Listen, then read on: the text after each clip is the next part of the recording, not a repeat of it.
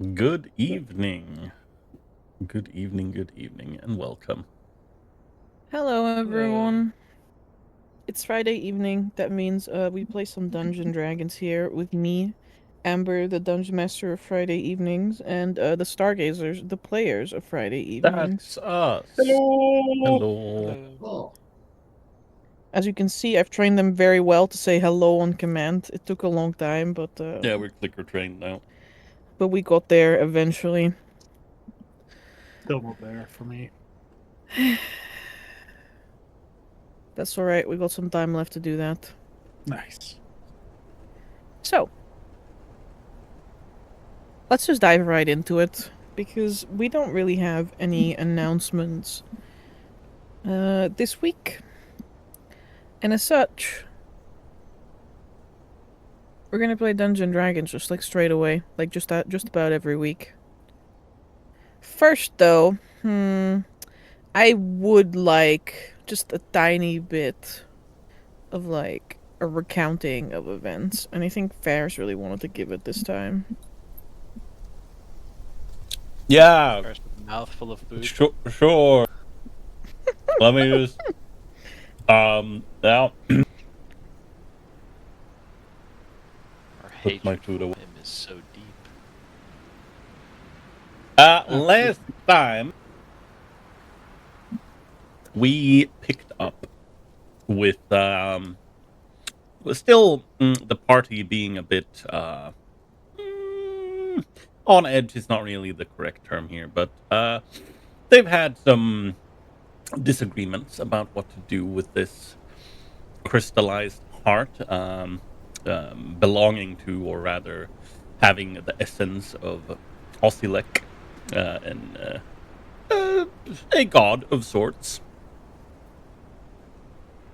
And Tokas decided that, okay, sure, fine, just someone tries to commune with it and see if they are actually interested in this option that what Vincent wanted to do, and which Mr. Vittorio was on his side, to bring it back to our world and to basically bring it to uh, the leader slash semi god of the Dark Elves,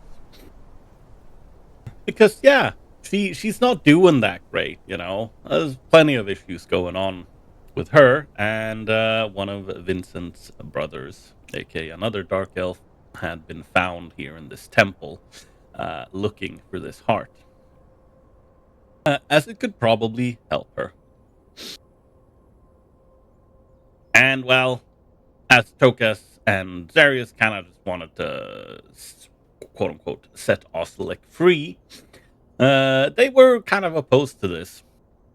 But a sort of conversation was had with Osilek. Zarius, uh, he concentrated quite hard and managed to commune a little bit with Osilek, and what he read, at least, his vibe check, as it were, it seemed that the heartbeats that were given off were excited more than anything, after he had told him about Yaria and her struggles. So we said then that okay, very well. It will we'll take it with when we go back home. It would take 30 days to attune to this heart anyway, depending on whatever we wanted to do. So it's not like any one of us can just sneakily do it, as it were. Lawrence, he during this conversation, he's like looking at Vittorio. He's like, "Oh, hey, can you help me on with this the heavy armor that you found? Because I just remembered I can actually use this." It's like, sure thing. After a while, though, after donning this armor, Lawrence did in fact realize that, this there's a reason it is called heavy armor. It weighs quite a lot, and he could barely move, aka He did not actually meet the strength requirement to wear this particular splint.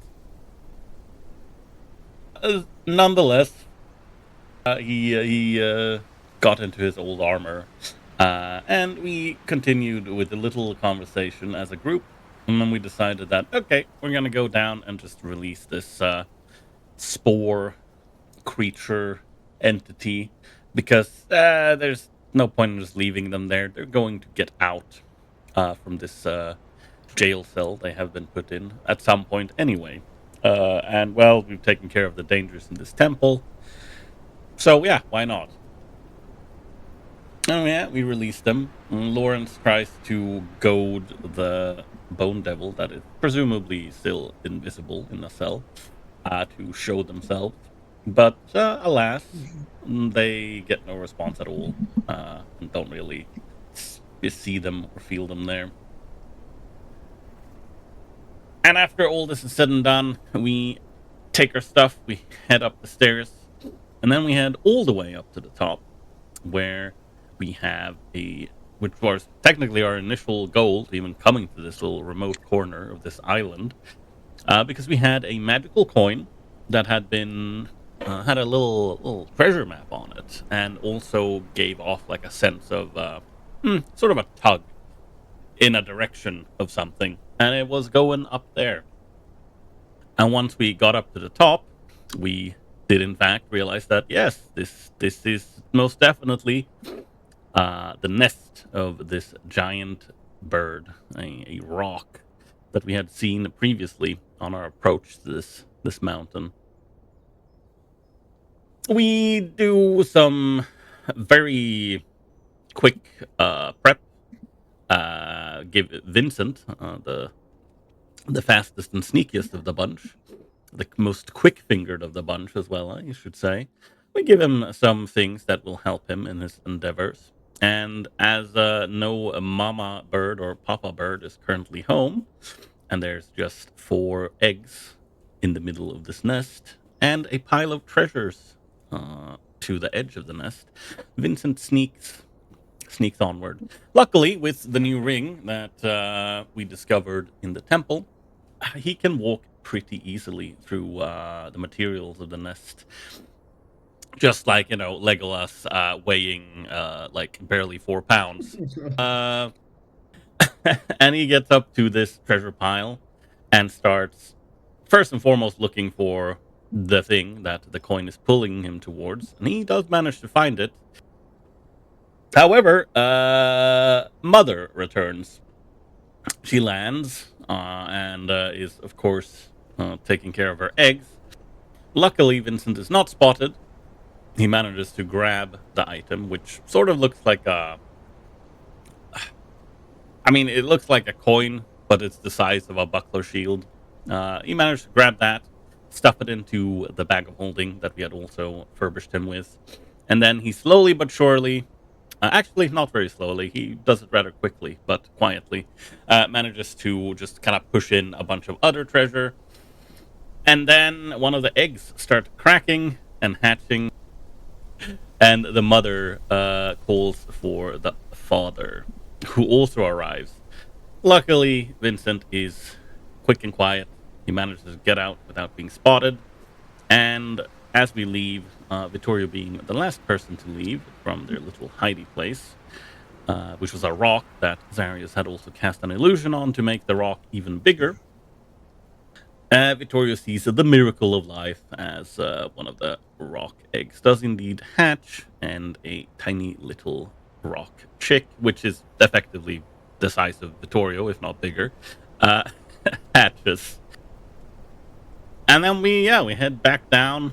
We find out what this treasure we found does, and it lets you summon a specific familiar. A familiar by the name of Sparrow, which is sort of technically a macaw griffin as well. But what this familiar does is that it lets the user have advantage on any checks relating to finding treasure, which is quite fitting for our Capitan Vincent, who also does not have a bird or a monkey or anything, I'm sure he's going to be super happy to have his own little guy now that can always be at his side on his shoulder, and he's totally not going to hate this at all. And yeah, I don't see any way this could go wrong. yeah, and that was session. We basically then just collected our stuff, and that was it. That is true. Thank you very much. And no problema. You find yourselves with a big pile of loot inside of your bag of holding back down at the small camp that you guys made on the mid-grounds of this mountain. Down below is the remains of the temple, and up above is a happy family. And somewhere off on your level is the rest of the Quaggoths, who are gathering their forces and what supplies they could scrounge together from here before rejoining the rest of their peoples. The Isle of Titans, the Sunset Archipelago, lies at your fingertips. But where do you go from here? I have one quick question. Just curiosity. Something that completely skipped my mind last time. Is there any rock fed anywhere here? Down here? No. Damn.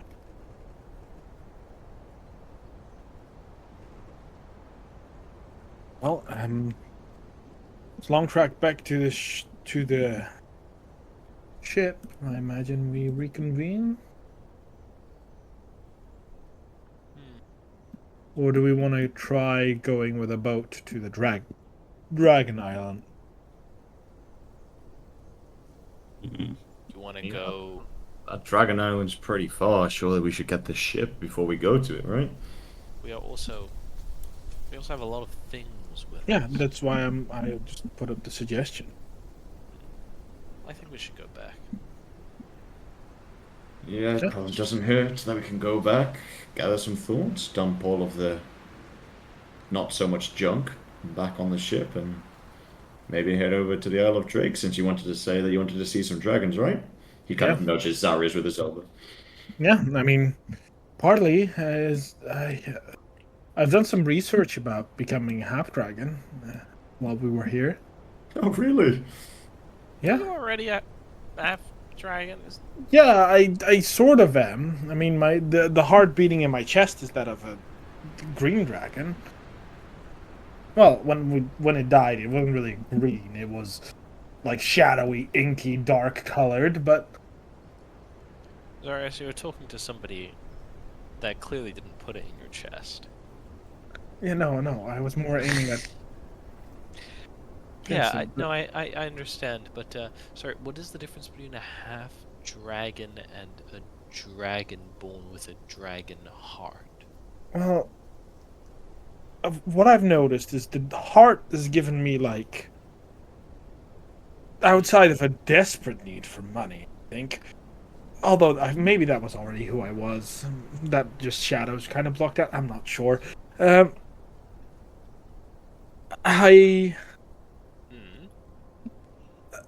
It's given me some abilities, like punch my arm, punch me. No. Okay. Vincent turns around and thwacks him on the shoulder. Yeah, I mean, like, the moment you do, like, Zarius' scales are, like, harder than, like, a plate mail, essentially. Like, his scales are solid. Hear a bit of a crunch, like when you put your fingers against, like, a table and you press down and you hear your fingers pop. Takes his hand. Oh, okay, See, yeah. I am... but being a half-dragon is, like... So imagine if being a dragon is being a god, right? Half-dragon... Eyebrow. When you're a half dragon, let's say you're like an angel of the god. And as a Dragonborn, you're the guy that prays to that god. You're just a guy that prays to the god. I look at the DM if I feel like that I made that analogy right. uh, I'm not sure if I would put it that way, but you could. I think it is blasphemous to say something like that in your Yeah, that's why culture Lawrence is and like your looking at you religion. like, yeah, Like, 100%. if Zarius had showed any interest in the actual, like, original faith of the Dragonborn, the, like, cult of the Eternal Flame, then I would be like, yeah, but this is, like, blasphemous to say. I mean, okay, yeah. So it would be more the dragon ogre. Would I call that a half dragon? Yeah, that's a half dragon. Yeah, it's like, so you know the so reverting, like, so you know the weird dragon thing we fought, like not the dragon but like half dragon, oh my half god, there's man. been so many. Please specify. The one that we cowardly ran away from, that's threw a spear that hit one of us and we were almost dead.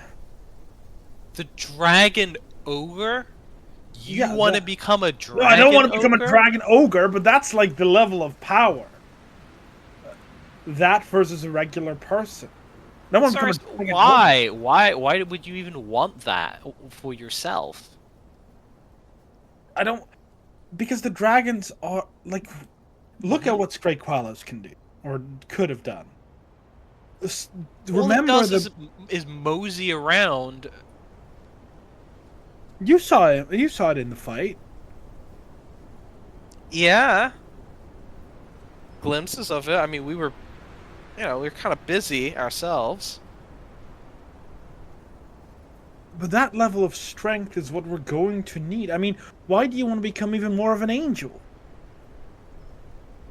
So you are aware that this whole gestures at the halo, at the wings, this was thrown onto me. This isn't something I sought out myself. There's instead of But if I'm being completely honest, the same thing that drives most people to do crazy things. Maybe having the dragon heart has created that will in him. Maybe now that he has that, maybe he had. Yeah, you're not helping your case. Yeah, maybe he feels It's like gone kind of. crazy. I'm Well, not I don't going know. crazy. It's like, I mean, I put things pretty blandly because I'm quite a simple person, but maybe it's just the case of now that he has, a part of a dragon in him, maybe there's an urge to be completely dragon. Maybe like he feels incomplete. I mean, maybe. And I mean, I don't know what the detriment, the inevitable consequences are going to be when he becomes one, but I don't know about you, but I would like to have a dragon on our team when we're fighting Doom Guy. That's Yeah. mostly why it's the. You make a like- really good point, Vincent. And Zarius, you should have said what Vincent said. I mean, yeah. Just saying you want to get more powerful is pointless unless there is real meaning behind it. I feel like the implication that we're trying to save the world was enough from No. that guy. I don't know. I The intonation just was. ask you why. Yeah. But I'm not stupid. Based on some of the research I've done, there are a couple of ways to become a half dragon. Although most half dragons are born that way, you can go a very specific ritual to become a half dragon. But depending on how you become a half dragon, also changes like what happens to you. It also depends on the dragon, depends on which color or type.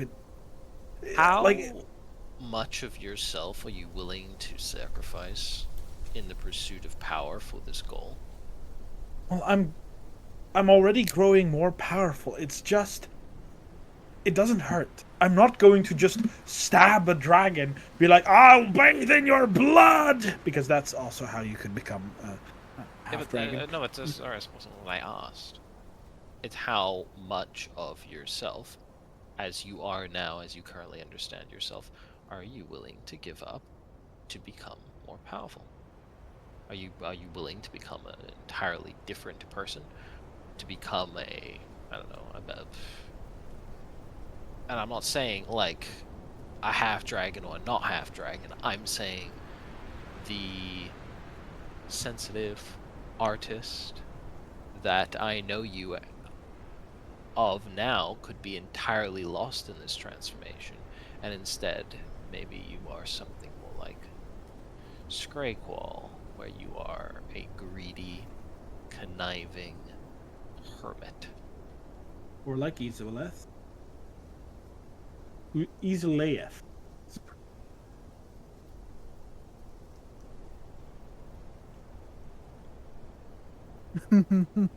Zars looks at you like we met them around like in the same area time, so I'm like That was a You know. massively fucked up mutated dragon for sure. he was nice. He had like 6 eyes. Still he's nice. If Okay, you don't we have an shouldn't do. answer for me, that's fine. But please think about it. Yeah, it wasn't like I'm going to delve into it, but we're close to dragons. If there's something we can learn, then we might as well try. If these dragons are hate you, kill you, then guess what? I'll like to not become a half dragon of whatever that is. But I mean, we've Alright, learned well, much about dragons. Like we've so, got. if I understand this, you want to go find some dragons, and two things are going to happen. Either the dragon is going to be a hostile bad dragon, and we're either going to have to fight it or run away, or it's going to be a good dragon, and you're going to have to use all your charm and wit and ability to convince it to give you some sort of half-dragon blessing that will basically turn you into a mini version of it. Did I miss anything, Mini Vince? versions, big word. But it's better than like looks at his chest, trying to do this more. You only got one heart. I'm not putting another one in there. No, I'm not just literally a heart. I mean, we've seen, ooh crap, we've seen a claymore with an arm of a dragon. She was damn powerful. Okay, let's start here then. You think I could have the arm of a dragon, says Delphine.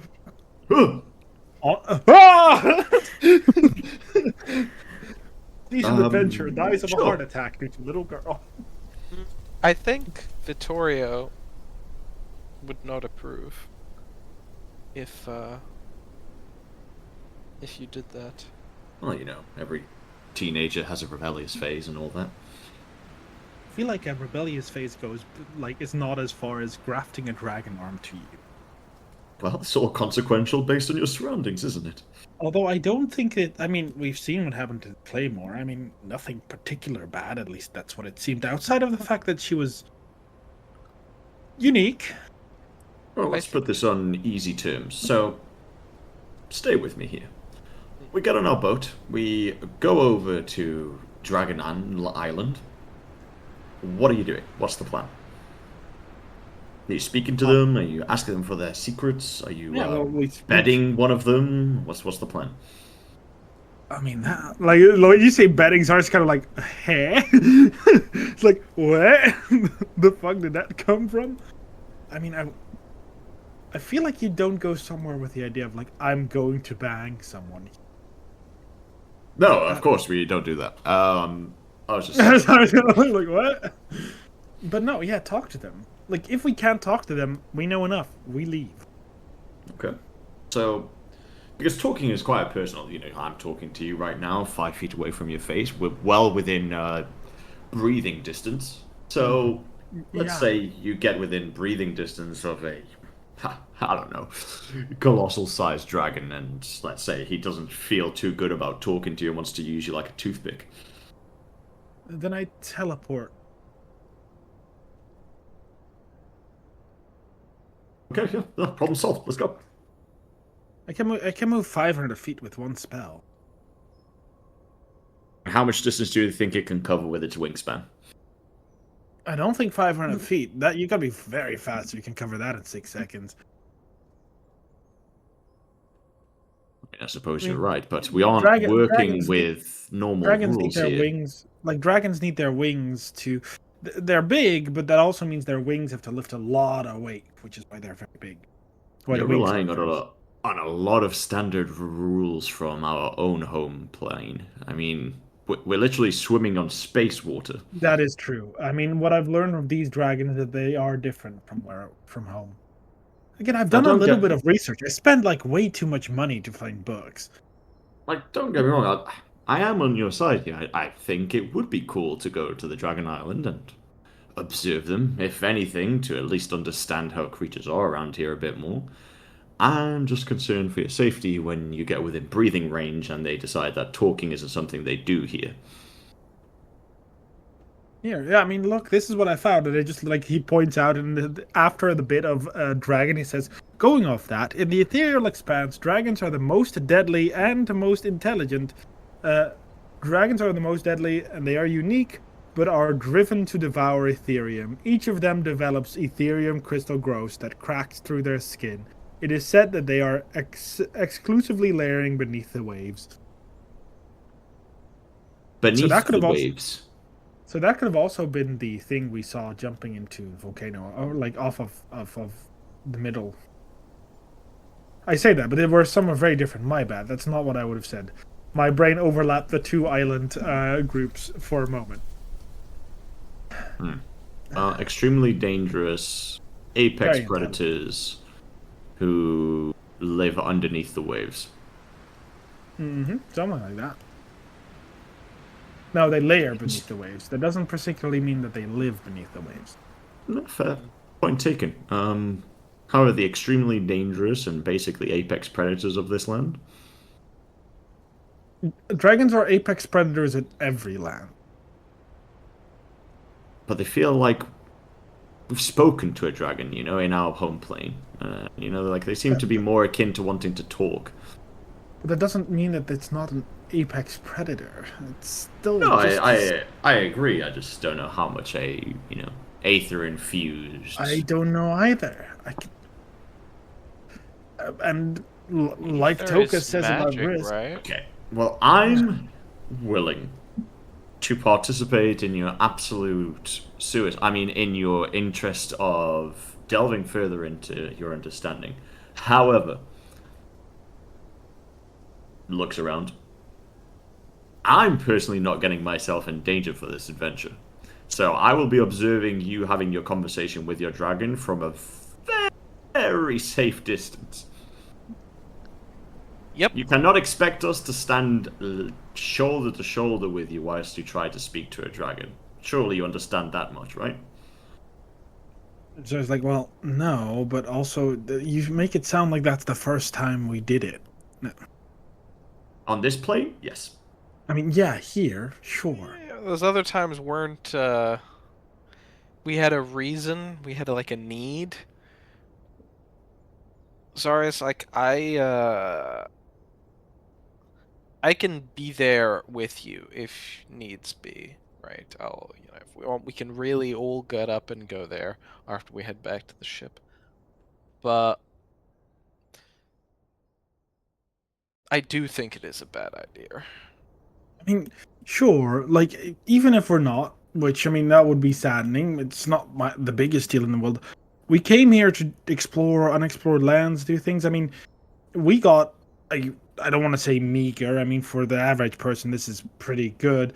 But it's not like we found the bounty of worlds for an entire 2-week trip off distance in a place where we likely can't just return to. We should... explore this place. Well, Vincent Safely. and I were talking earlier, and we were thinking that it would be good to head to a shipwreck cove over here. Just to ping it on the map. You see the ships? Do we know the ships are there? I don't know. I mean, we I haven't. don't know if it's on the map that we have, Yeah. like we've been It's on the colored map, in. yeah.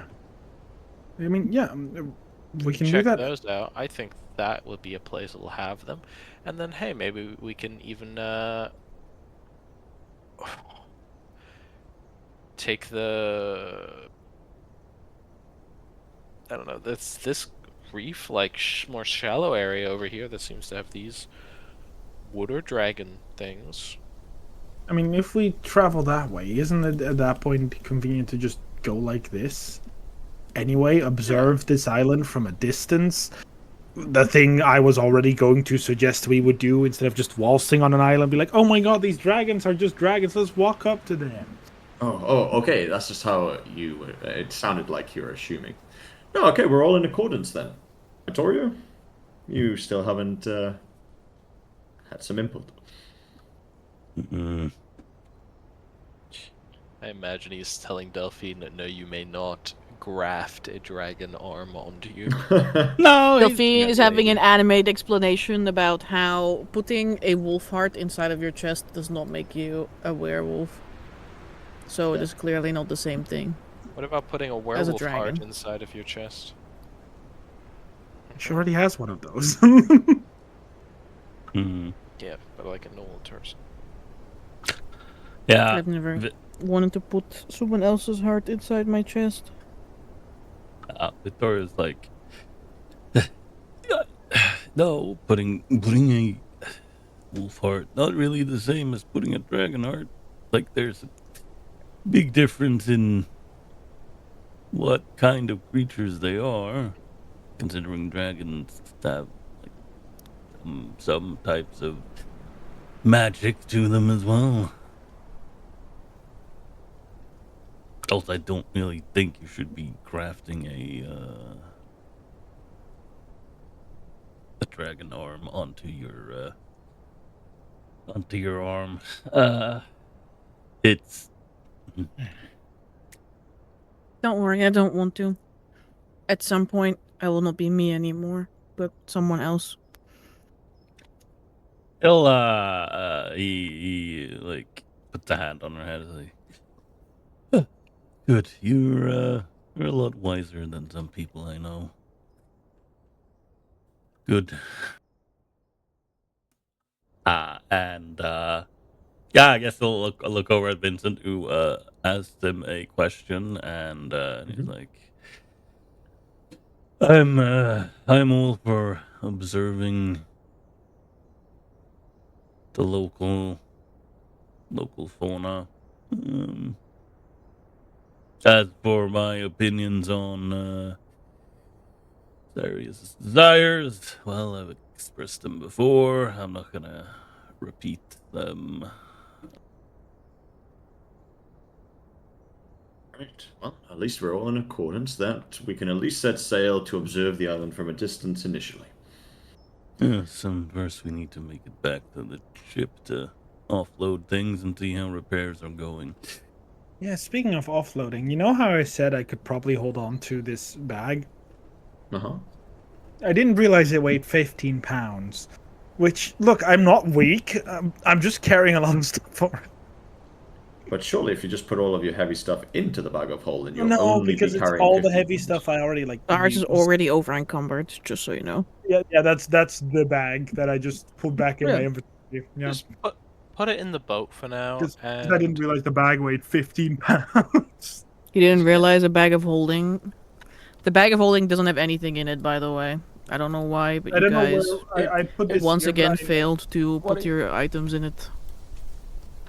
It should have things in it. It is I mean, completely empty in Zara's inventory. I just dragged a new one in. I don't know where the Then other one. It is not linked up properly, because I remember Gabe said Yeah, he was I trying to remember link Gabe it. did put a bunch I of imagine stuff it's in. Gabe's inventory because I don't have it. No, Gabe definitely put items into a bag of holding. I'm Yeah. 100% that happened. I Yeah, the remember. bag of sneeding is what I see here. Ah, there you go. Yeah, that one is. Must be that one. Yeah, but I distinctly remember him saying he was trying to make it linked, but I guess that did not work because none of his toolkits or anything are in the bag of sneeding either way. So Oh, wait. So why is Vittori not carrying it then? Yeah, I thought that's what Darius is kind of suggesting at this point. That's why he's saying it's too heavy for me. I'll carry it. I mean, Thank you. don't get me wrong. I can carry it. I'm light as hell on my feet, so I don't mind carrying it. I just presumed that we already said that you were going to carry it. I might be misremembering. Well, I said I was gonna carry it because I like it, but then I realized that the bag weighs 15 pounds, and I'm already carrying a lot of shit. Just put it in the bag. No? No, it's like I'm carrying shit that I'm basically wearing or using. I have nothing to put in the bag. Well, let's put it this way. If I carry the bag with me, I'm going to go from... He kind of points at his backpack with all his, like, rope and everything in it. From being heavy to not weighing anything at all. So for me, it makes me lighter, if anything. Then you should I have carry a lot it. of things that Yeah. I could just put in there and I would get lighter off it as well. There you go, then. Anyone can carry it. Togas doesn't want to carry it because he's scared of the myth, and Zarius apparently can't carry it because he's carrying too much and he can't put things into the bag because that's stuff he's wearing. So yes, anyone else. I don't mind, Vincent doesn't mind, and apparently Lawrence doesn't mind either. Yeah, no, I'm good. I honestly don't mind who carries it as long as you are aware of the fact that you can't grab something in combat out of the bag of holding. Yeah, that was more my point. That's why I can't use it. Right, well, if we're happy for me to lug it around, then I shall. I mean, like I said, I can literally put all of the contents of my backpack into it, right? Which means I'm going to get it way lighter. I don't have to feel the weight of this 50 feet of rope and all of these rations or anything. So if I can just dump all of this in there. Okay, then let's go. Let's go Alright. back to the ship and hope nothing attacks us this time. Oh yeah, you just had to say that. No, that's good. I don't know if you have the ability to do so, Alma, but if you want to pass the bag of sneeding into my backpack, or... Yeah. Because I don't have access to his sheet, obviously. Yeah, funnily Fair enough, you're not even on the bag of sneeding party members. What? Like I see That's everyone because he but just you. became another person. Oh, There you go. No, it also has 0 hit points, so kind of he's rough. dead! No! Very rough. Where is the bag of sneeding? It's in extra players. Why is he the only one that's circular? Why is he not round or like I square? don't know. Why is it doing that? I was like, the moment I realized Vincent wasn't there, because I hovered over languages, then saw Elvish with only me. I'm like, I'm pretty sure I'm not the only one that speaks this language. Yeah, Oh, as soon as because this you thing didn't. gets added into my inventory, I'm about to dump everything in it. I'm about to become so fucking light. It is not necessary to put it in your inventory. You just use the bag of sneeding to put things into it, and everyone can put stuff into it, so long as you take care not to go over the weight limit, which is, 500 pounds. It currently has splint armor and then all of the trade goods that you guys picked up inside of it. So can I just put my And current Lawrence is also 35, I mean my pretty- 33 pounds of backpack into there, the one that has like my hempen rope and shit? Yeah, you can grab it from your sheet and you can drag it into the bag. Guys, helmets Amazing. break out of the candle. Oh, you should, And everybody can see what is inside your bag. Unidentified loot, that's my favorite stuff. should probably also put like backpack parentheses Vincent. Vincent Paku Paku. Backpack here. I like that the backpack is overweight. Like the backpack That's is just how over it capacity. came. That's just how it came. Interesting. It was just The heavy, backpack can bro. hold 1 cubic foot or 30 pounds of gear. Meanwhile, the backpack 35 pounds of gear. Okay, no biggie. All right, so now I can delete the backpack from my. The backpack has 4 ration boxes inside of it for some reason. Let's probably go. why. Oh, no wonder I was so heavy. Then. Vincent's just a hungry boy, okay? Let him be. He's carrying just like hungry. he's carrying a lot of rations with him. It's just a lot of stuff. So because I dragged it over, if I now delete the backpack from my actual inventory, it should won't be fine. actually. It will. Yeah. Okay. Cool. If it deleted well, I don't know. I Not would much be I a can little do bit about that. sad. Whoopsie. There you go. Oh my god, I am 30 pounds. I will As also long as you drop put an this actual in bag there. of holding Here in you your go. sheet, that's all good. I will drop one of Yes, I those need in to there. do That's that. You important. need to carry a 15-pound bag of holding with you. Is that in items that I can look for and just drag it over? You should be able to use it 3 dots and then do the plutonium import to import a bag of holding. Wonderful. Didn't make a custom item. Oh, so sad. Why? It's just a bag of holding. I'm joking. Items. Are you trying to put the heart in the halberd? What? No, I'm not. I'm carrying the for some reason uncarryable bag of holding. No, I just thought that was what Gabe And then asked. Are you everyone trying to seems put the to heart in the be halberd? like allergic to carrying. Mm-mm. But it's fine. You've now given the Sticky Hands Rogue an infinite pocket, so it's fine. Don't worry about it. Bro actually walks past a market stall, opens the bag, and literally just drops the Takes the entire fucking stall with him. makes Yeah, sense. you guys are gonna start opening up this bag of sneeding, and you're gonna start to see some random shit appear in it soon enough. You're gonna be like, Why are there 500 oranges in here? 36 mangoes? Wait a Vincent. They call me the Mango Lord. My new pirate name. Guys, I've been missing having a bag of holding my entire life. And I'm gonna find the mango tree. That's crazy stuff. Oh. Do I set the weight of the bag of holding to 15 out of 500? It's always just 15 for you and Oh your no, inventory. no, you're right. It accounted for it. Yes, fantastic. I realized like 11 strength. I'm like, that's not that bad. And then we were doing like variant encumbrance, and I'm like, I can only carry 50 pounds of shit. That is correct. Already maxed. You are weak sauce. I don't have issues carrying anything. I was about to say, I have an inventory in my inventory called On the Ship, where all my shit is on. I mean, I also have things in storage. I don't carry everything with me, but I could. if I wanted to. I could not. My cello alone weighs 7 pounds. What do you want from me? Yeah.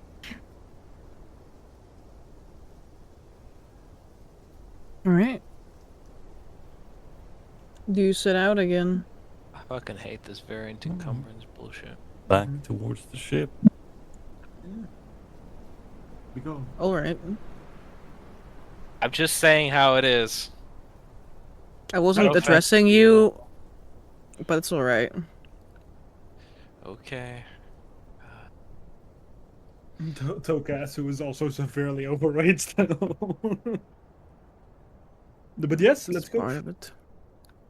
In the meantime, I mean, in the time you walk there, Zarius is definitely working on a tune where where eventually where it's just there like the valiant rogue snuck underneath the eagle's sight, and it's like trying to make it sound cool that Vincent snuck very carefully under the rocks. Hell yeah. Who was guiding you back? Yeah, our guider is unconscious right now. He's His not brain- unconscious, he's a crocodile. Oh yeah, he's a big ass crocodile. He's just lumbering around at the moment. Which check was it again? No, just navigation? Yeah. I mean, I can attempt. I'm not proficient, but I mean, I'm decently good at it with a plus beautiful too. I imagine that I'm Surprising. rowing again. I believe in this. I guess Azari's like, well, with the crocodile, I'll try to find a way. It's regional navigation, by the way. Navigation is the other skill, but I understand. It's It not. just... I was gonna say it's not that worrisome. It's all the same for me. Yeah, I figured as much.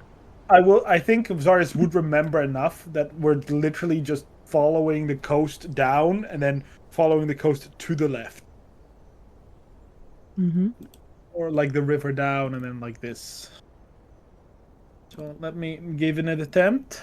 21. Massive. Probably struggles here a bit, whereas like, where the fuck did we do? What the fuck did we do again?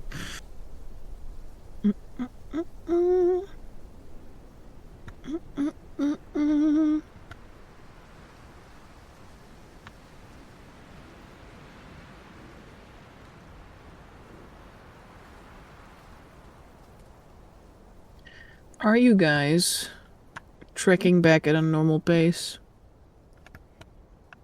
I imagine so. I imagine we're not moving stealthily, but we're also not moving very fast. Unless the rest agrees. Yeah.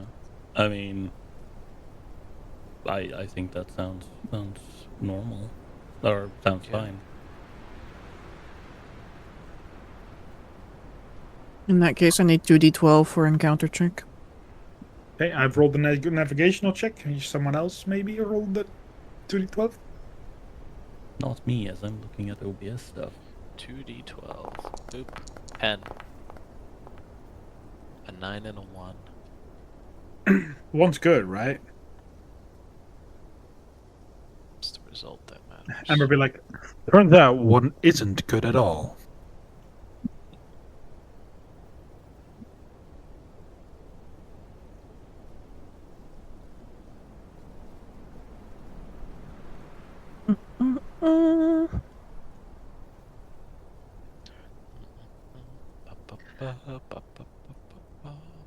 Fortunately for you, you don't run into anyone that is willing to eat you up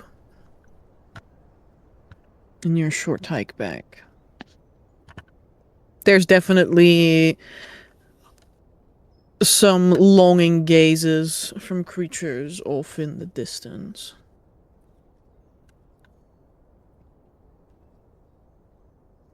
But there are rocks flying overhead still.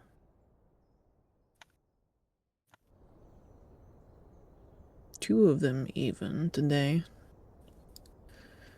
That's a lot of activity in the sky that most people do not want to fuck around with.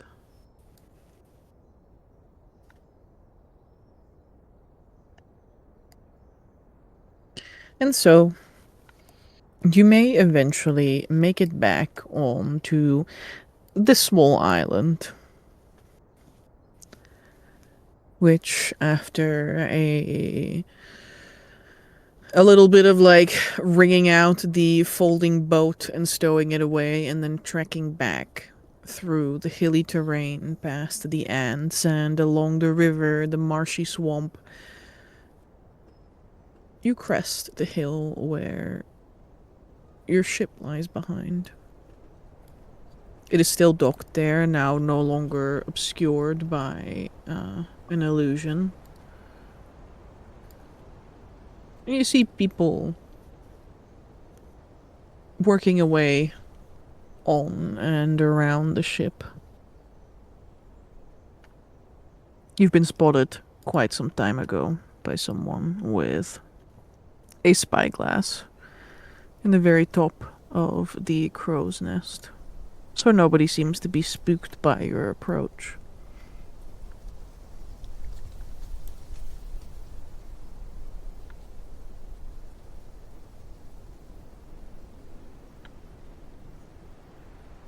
That is most excellent.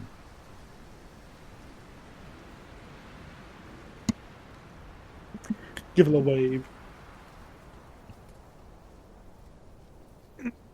Sorry, I just saw the picture of Kriegler. Gorgeous. I'm glad I wrote him a song.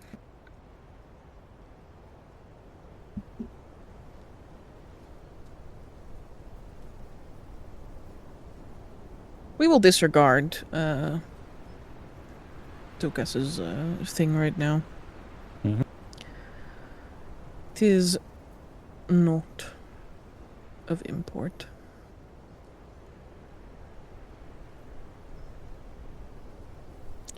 You are approached, however, by a very rambunctious, like, rolling little griffin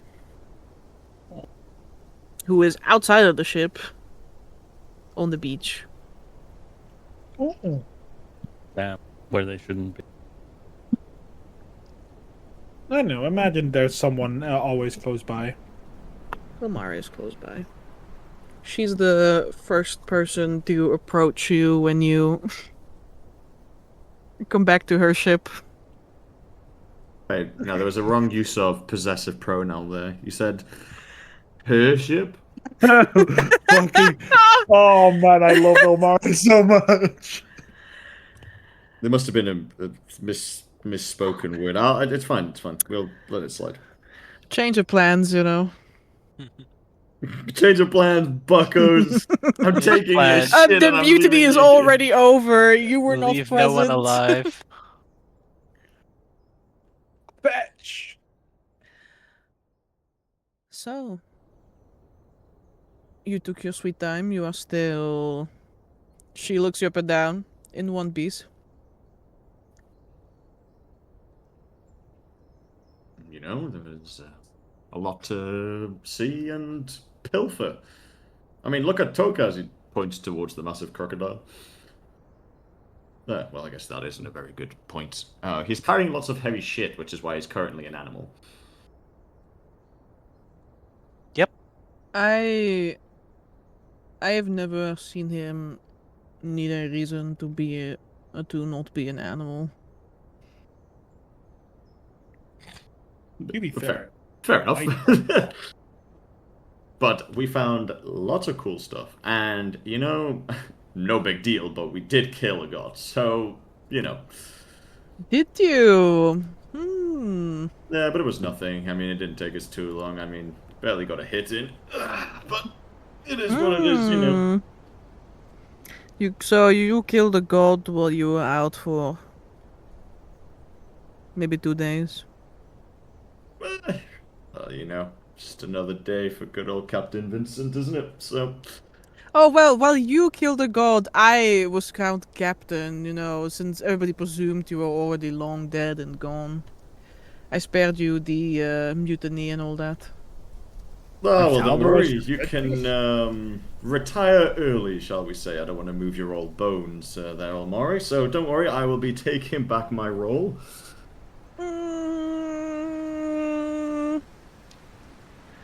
I will consider your offer over a drink. I shall see if I can convince you then. I'm assuming that you haven't destroyed the ship whilst we were gone, and you haven't drunk us dry. I think that you misunderstand my leadership qualities. This ship, this shit pile that you brought back, has never looked cleaner or better than under my command. Whoa! Back it up there. It's not a shit pile. It Shit is. pile, thank you very much. It is quite a nice ship. It is now, yes. To be fair, I do think Elmira would run the ship with a little more. I'm trying to find a nice word, but I can't get to it. Fear. Zarius, Fear. don't even say it. She clenches her like prosthetic like arm, like she clenches the hand of it. She says, "Yes, with an iron fist." You see. I don't need this, guys. I was trying to be in the good place. No. We don't need that right now, okay? Omar is scary, man. You need to still be working on my ballad. Okay. Yeah, I'm getting there. Wrote like Honestly. 4 lines. Can't get these crew members these days, honestly. Right. Yes, it's very hard to get good personnel around here. Something we agree on. But on a non-ironic note, did anything actually not good happen whilst we were here? Did you see any crazy shit in the water or anything? I Dragons think flying overhead? Emil ran into something. I mean, let's see what the Elmara has seen. Just out of curiosity, guys, feel we've been gone for 2 days. I wonder what they've actually seen whilst they've been posted up here. I wonder if maybe they've seen any dragons overhead or something. Like that one World War II, Vietnam, like, meme. The guy's looking dead on, and it's like... Well, actually, we're missing half of our crew. Oh, They're here all it dead. comes.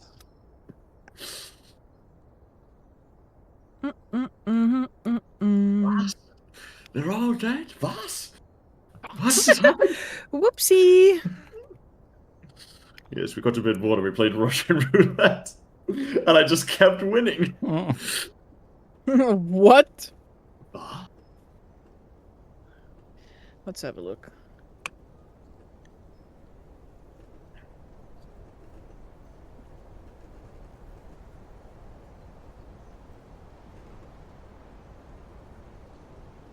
I need this table.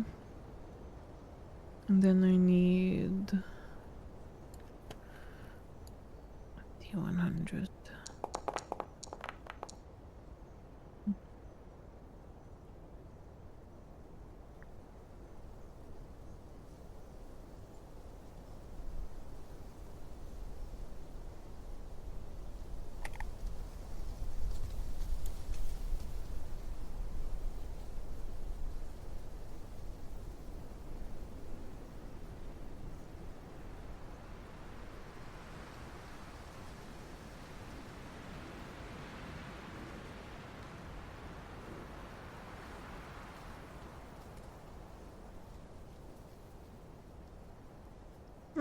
Now that you mention it, Emil did spot some critters in the water, but I'm not going there.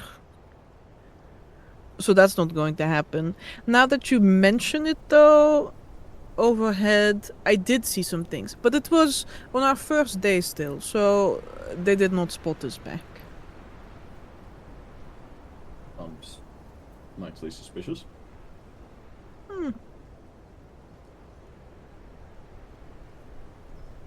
No, just some beasts. Probably far too large for any of us to have a desire taking them down. I mean, I suppose I could have taken some potshots, but as a very responsible captain, I would never do such a thing like that.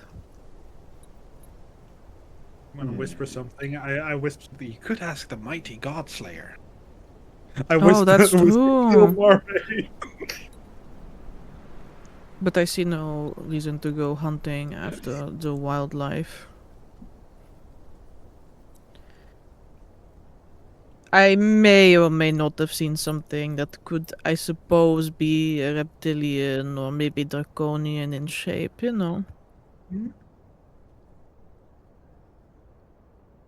you go, Zarius. Slightly draconian in shape. There's a lot of things slightly draconian in shape. Like himself. I point down on to Tokas.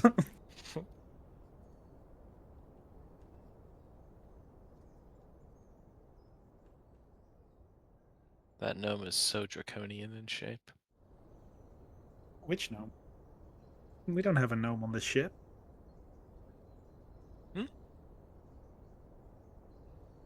What? No. What are you talking about? My head! It hurts! But no, it's good that I'm glad that everything's going well. It's quiet here. I mean, Yeah, is Reaper after good? you murdered most of the wildlife on this beach. Yeah, we did. Everyone's very excited because we're going to be doing a drive-by to the dragon-looking island further ahead. The what? We are doing the what with the what?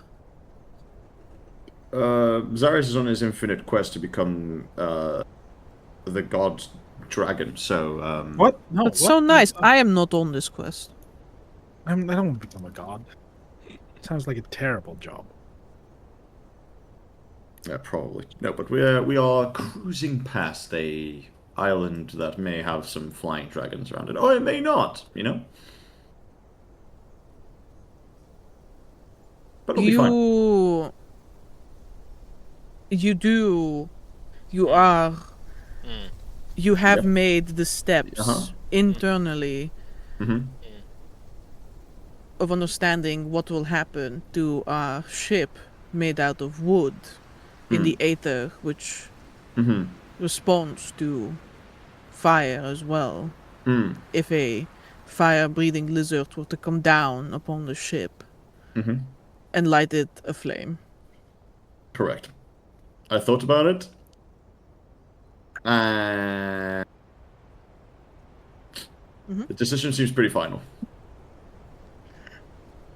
I see. I think I'm gonna go that way now. She says, pointing down the beach. And I think I'm gonna go hitch a ride with someone who hasn't lost their fucking mind. No, it'll be fine. It'll be fine. We're not getting close to the island. We're observing it from a distance.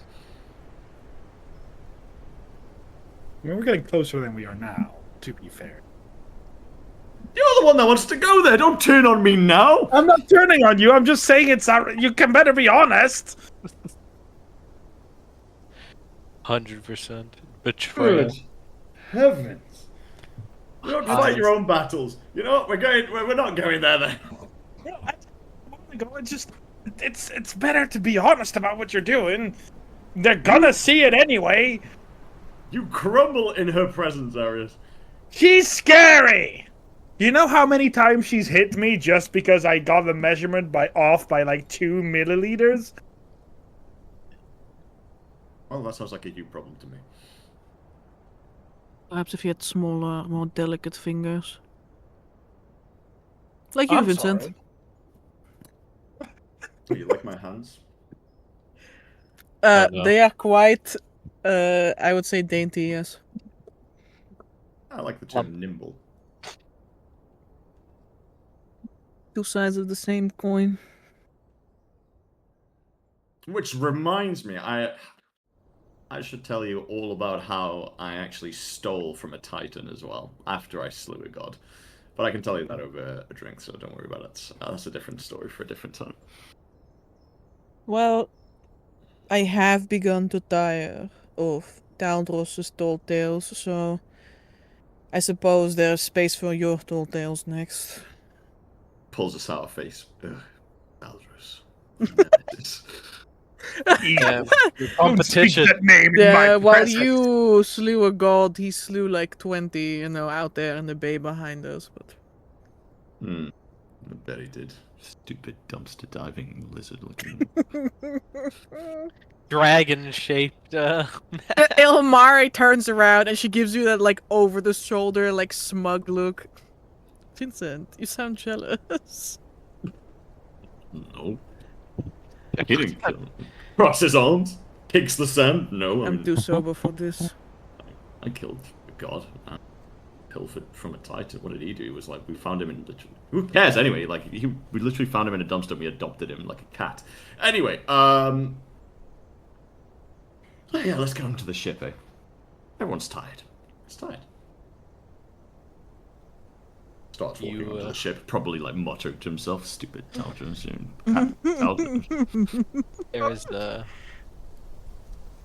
Lawrence-shaped hole behind you guys, as Lawrence is flowing over onto the ship to go find the pastiest motherfucker in the ether. Mm-hmm. Pastier than a Greg's. Damn. That is pasty. He looks like he's from the fucking north. Bro looks like a canvas, unpainted. Damn right. Where is the Emperor? He's sitting on the deck of the ship. There's a couple of people like scrubbing away at the mast, and he's like overseeing the process of them doing that. He doesn't have anything to do with it, but you know. He might as well Lauren. make himself useful by pointing out which spots still need to be cleaned. God, he's so. Uh. Lawrence zoops over at top speeds. And seizes the 3 pounds of Vasily off his perch, Ah! whisking him up into the air. Lawrence is immediately heavily over encumbered due to variant encumbrance. I fucking hate it here! As I fall to my death and die.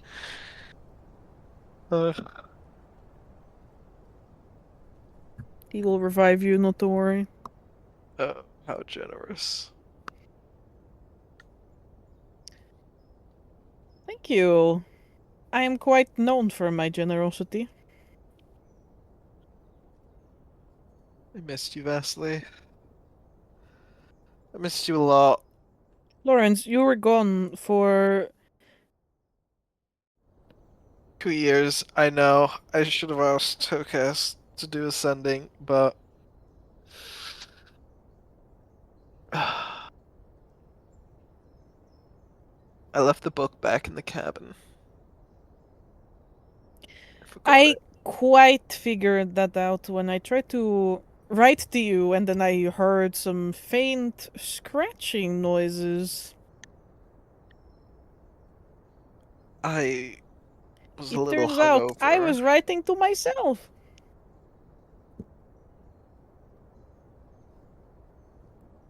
Read something nice. I suppose you might have to find this out later when you go find your book. I understand. I'll do that. I will do that, but right now you're in front of me, and that's all that matters. I'm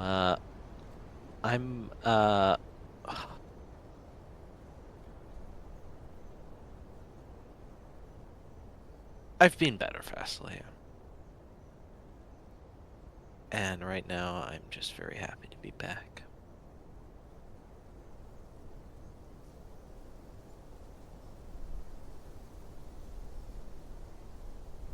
He kinda like, he tilts his head.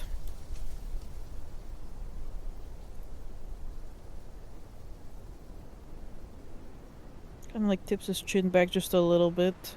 I didn't die again. Don't make that face.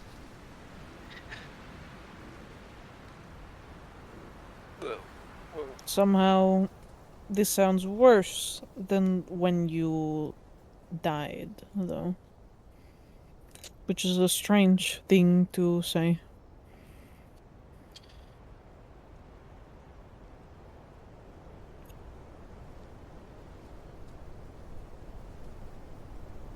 Lawrence will peer over Vasily's shoulder. Do I see Jace anywhere? You do not see Jace. Back to Vasily and I lean in.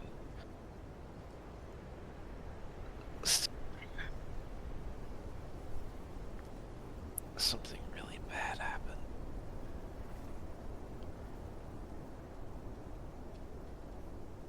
Yeah.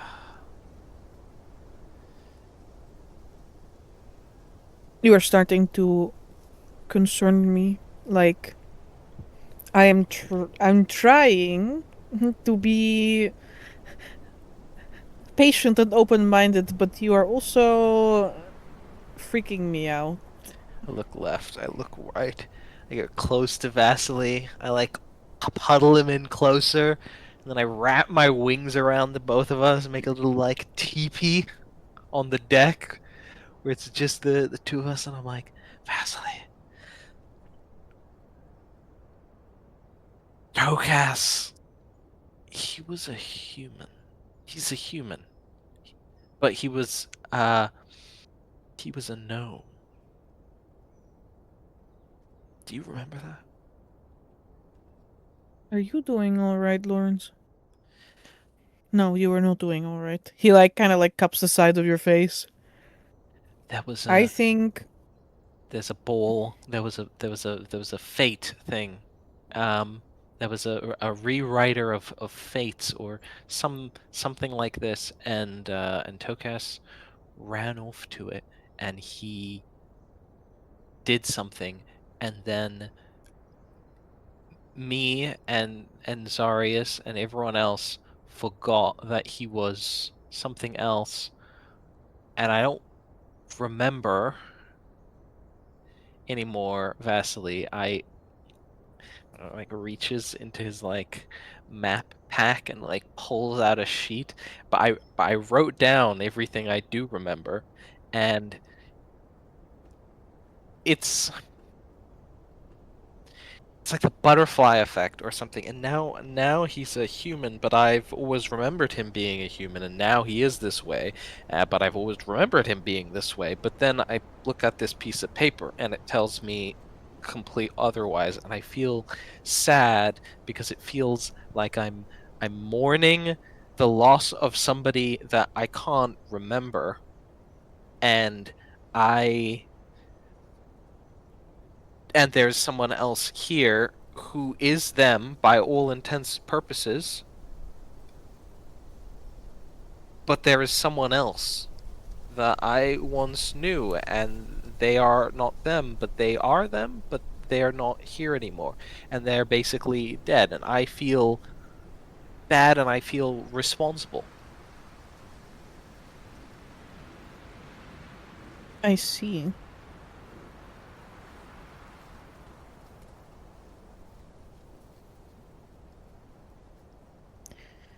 I am not going to pretend that I understand what you are trying to tell me right now, because I say this with all of the care that is in this place and in the world. You sound like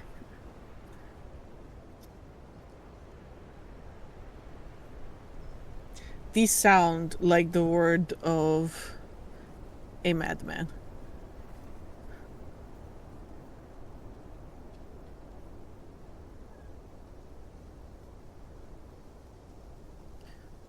But I believe you, Lawrence, because I trust you and the things that you say, and if you think that there's something wrong, then we can explore that together, yes? Okay, I I just don't remember.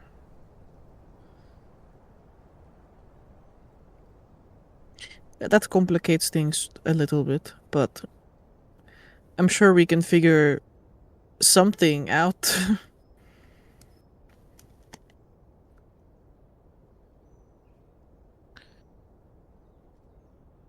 He was a gnome, and he always wore a big, wide-brimmed hat to cover a mark on his forehead, Lawrence says as he kind of like reads the paper in front of him.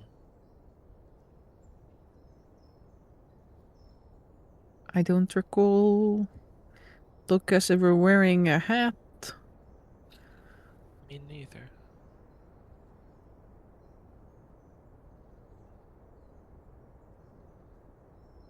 But I wrote this all the same. Well, if it is no dream of yours, then maybe. Well, I don't really know. Maybe, how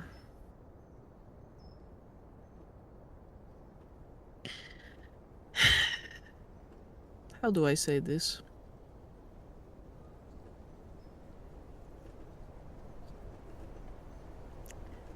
back when I lived in Ostoy,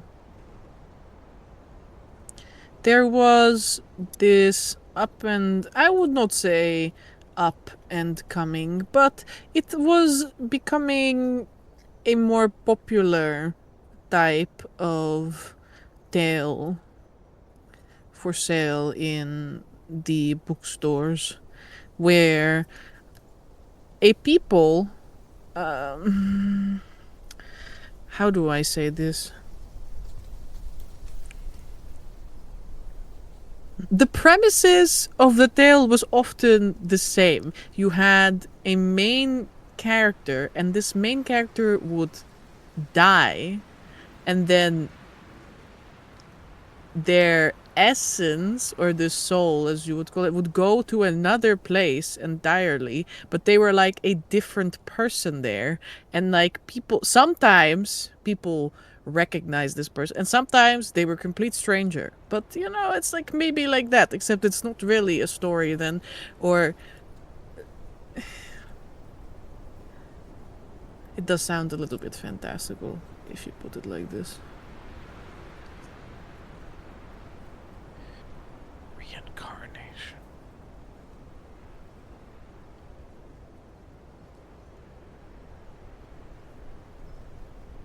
Nevertheless, we can look into it if you so wish. I don't think there's anything more to look into, Esley. I think this is just how things are now. Then I suppose it is good that you remember some things.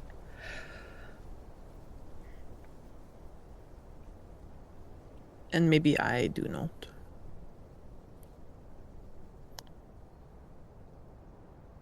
And if this is the case, then I am sorry that you are burdened with remembering. But I also think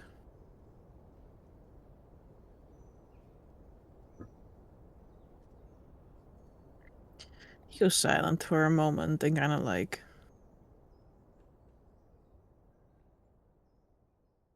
peers over the side of the boat into the vast expanse. Peeking out through my wings, is he? Hmm. They're very small.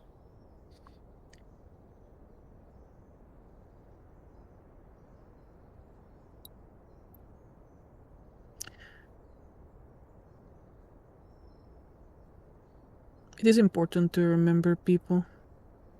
And sometimes I wish I could remember more things myself from times before I became what I am now. Sure.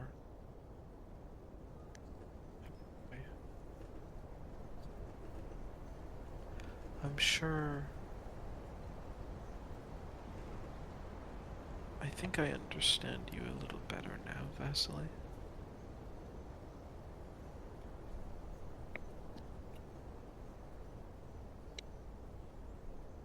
Same sadness we both carry now.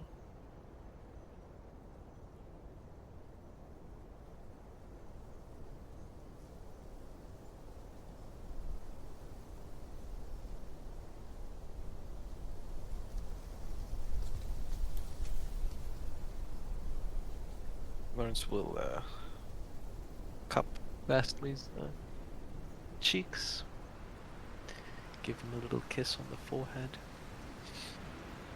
and then he will unruffle the two of them from his feathers. Brought booze from a cellar, and it tastes bad. Do you want to try some? I'm always down to try something awful, yes. Excellent.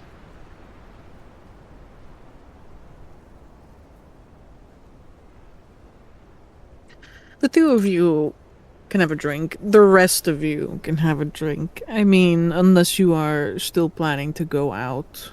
I don't think we're going the same day.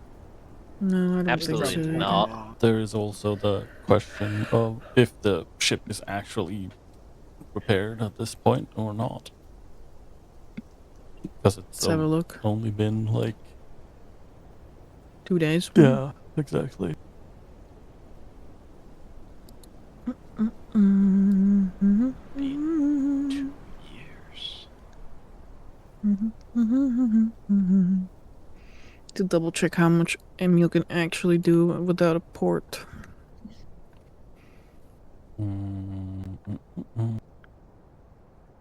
Nothing. You're stranded.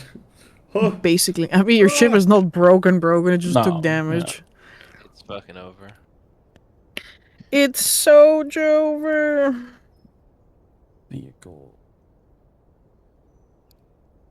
Oh yeah, we took... Yeah, we did take a little bit of hull damage there, yeah. It's at 7 out of 12 currently. Yep.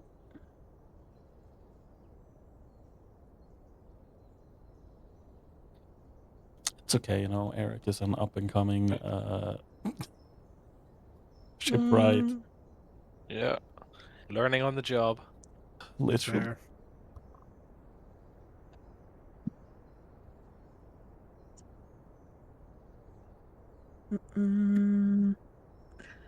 Arriving. When you dock port with an assigned shipwright officer, your ship immediately regains a number of hit points equal to your shipwright's rank without spending any gear. Well, you're not in a port right now. No. Let's have a look. Where is the Adelhart's Endeavor? The vehicle.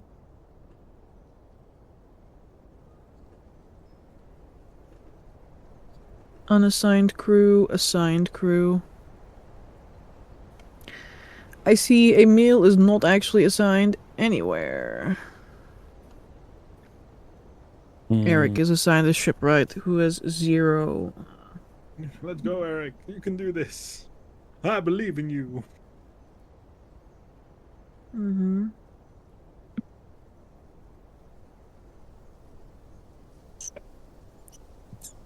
Well,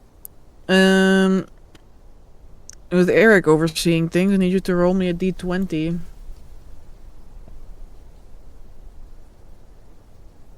A D20. Very well. Low is bad. Well, that's 20. Let's go! Add the overseeing shipwright's rank to the roll. None.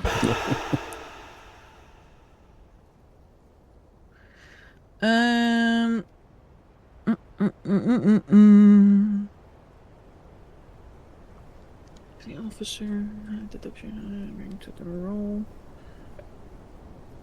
Regardless of how many hit points are being repaired.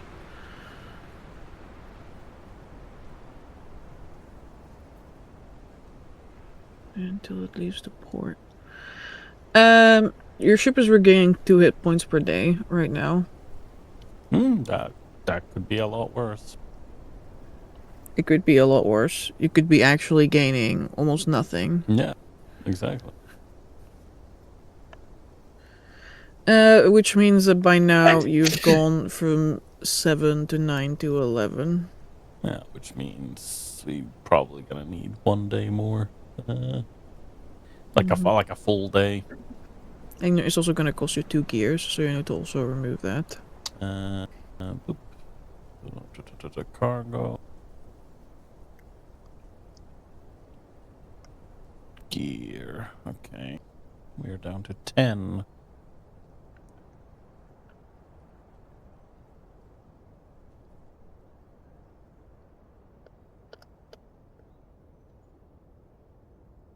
All right.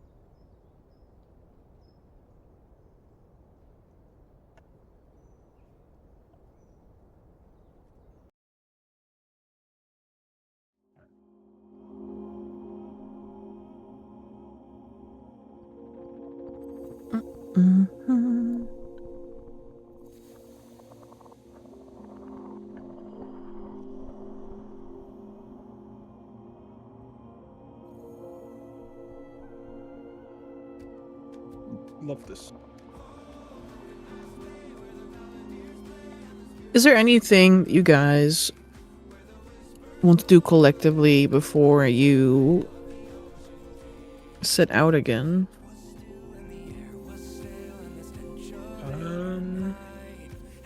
There's some things I want to do privately, but that's with Tokas and with Lawrence, but that's it can wait. We can do it later. RP. Not that it needs acting on until Tokas is here anyway, but out of curiosity, do any of the NPCs look different? That is, yeah, I am so mighty. Like, Jace has not been Is fully Jace mentioned. I'm really worried she's even still here. like, I'm just curious as to how much of an impact this is actually having. Yeah, Like, I am so curious. I forgot to ask, but yes, please. The answer to this. do any, like, admittedly, I'm assuming no, because it didn't affect any of us, but, like, I'm just wondering out of pure curiosity. You guys have, I will tell you, one open slot in your crew. Oh my god, is Jace not even here? There is another NPC missing from this ship, Oh, it's but it's not Jace. I don't remember his name, but the Your to- artisan yeah. jeweler is gone. There you go. Who's the fuck? It was Tokas's old colleague. You traveled with a golden dragonborn who had a iron jewel, who was your onboard jeweler and Ethereum refiner in any case that was necessary, but he is not there anymore. I guess to us, he never existed in the first place, so we can't. Exactly. We're not missing anyone. Yeah. Yeah, he was a slot. And Jace is still Right, Jace I was gonna say, I'm very upset that you made me believe it was Jace for a moment. I'm very upset about that. Yeah, Jace has always been like this. What do you mean by that? As in Like this. the same? Yeah, Jace has always been a halfling. Okay. That's fine. Alright, cool. That's all I was particularly intrigued about when we arrived back at the ship. I wanted to see how much of like a ripple it was going to have on other characters. But it's good to know. Everyone else appears to you the same. Mm-hmm. Atropos does not approach your group when you return. Yeah, I suppose. Then again, the breeding of Atropos, not breeding, but the upbringing of Atropos was done with us as a group. It wasn't like before we met him, so that shouldn't be too different. They were also told to stay on the ship, to be fair. Yeah, Alara's running around in the sand though. Yeah! Alara, you know the word for stay. He stays sitting in the middle of the beach. Yeah, who's a good boy? I can play fetch with him as well. Just throw some fetch. Oh. But Alari, you should listen to Jace. Not get off the ship all the time. There's big things that can eat you.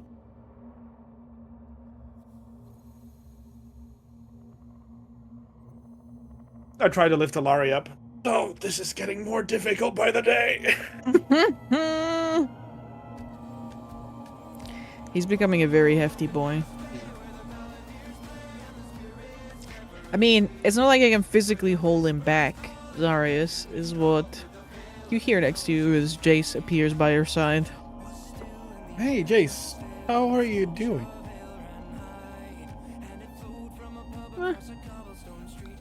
Fairly well. Everything good? Yeah? I mean, no, but Larry knows how to stay. That is true, but whether he listens or cares to listen, that is a different matter entirely. That is true. I needed a lot of training sessions to even get him to stay. And sometimes he just pretends he doesn't hear me. And I know he's pretending. I lift his face up by his cheeks. Like, you're just a little lying golden bird, aren't you?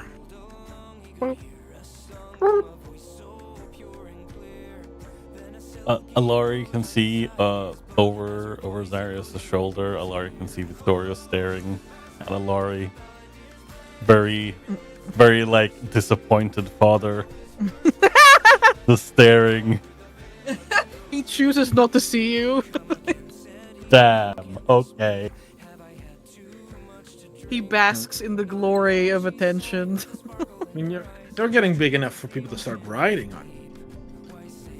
At one point. Well, we'll see if we can train that. I'm not going to ride on Alari. I'm sorry. I'm too big. That doesn't mean that Alari can't be trained to have a rider. If he's going to be a rescue griffin, then he needs to know how to have people on his back. Someone light, swift, with probably a long weapon for range would probably be pretty good. Yeah. Damn. Yeah, if only someone had like invested in the upbringing of Alari. Yeah. I'm happy that you're back. I kind of look at. Can I? So maybe a weird question, because what I'm about to ask you, Zarius would have clear memories of. But see, as Mark was not affected by the temporal change, Mark might not have. But was there anything different in the way that the relationship between Tokas and Jace happened? Like, if I think back, like, part of me has the memories of how it happened with Tokas and Gnome Tokas and Jace, but I imagine that, especially... You want to make a lore humanoids check? I'd like to make a lore Tokas and Jace I'd like to make a lore shipping text, please. Now I can't believe that Tokas like has a thing for halflings. Like, because halflings are not normal people, Victoria. Say, that really just makes you the weird Wow, what the hell? I'm being real with you. No. I more mean that, like Tokas, this was a height difference thing now instead It's of. a very weird way to project your kinks. Funny you say that, Ferris. Because the reason I asked this question is because I had a conversation about sort of this subject with Amber in the car. Pardon? Excuse me? But sort of, that's why I ask it. Yeah, that's good. This is my lore humanoids check.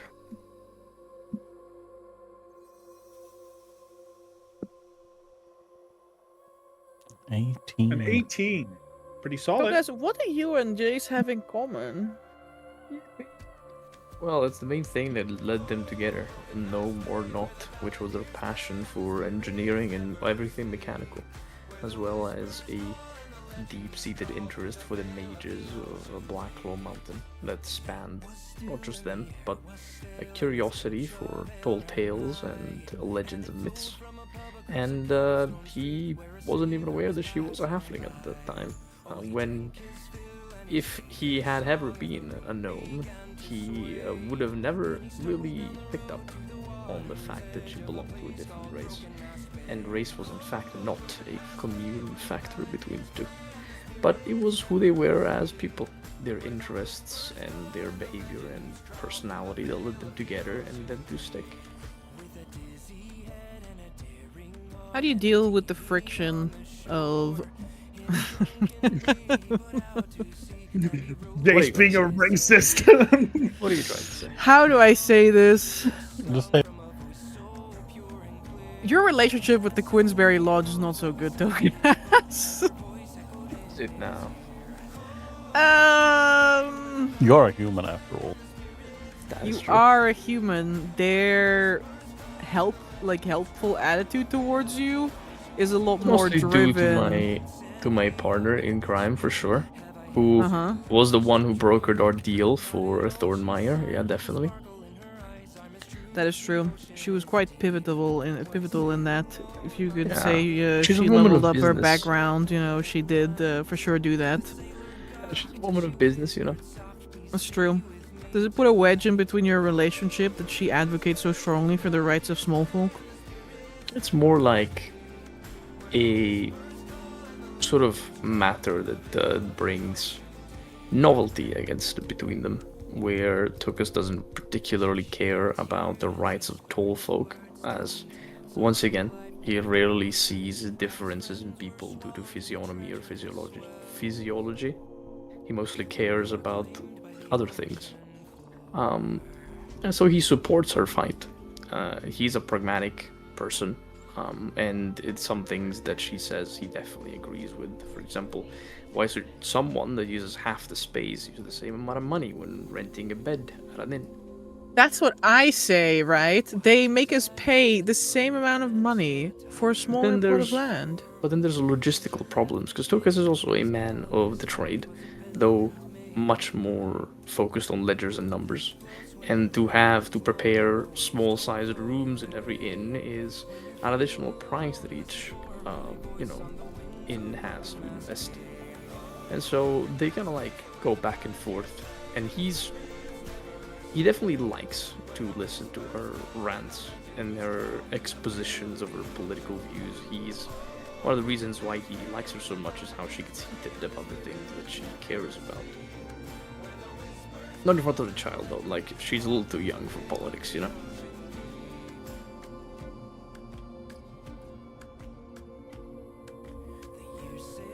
How did Jace in my memory? How did what? Sorry? How did Jace handle in my memory? How did Jace do what? Sorry, I'm How- like... How did Jace handle this in my memory? Handle what? Being with a tall person. He bought a stool.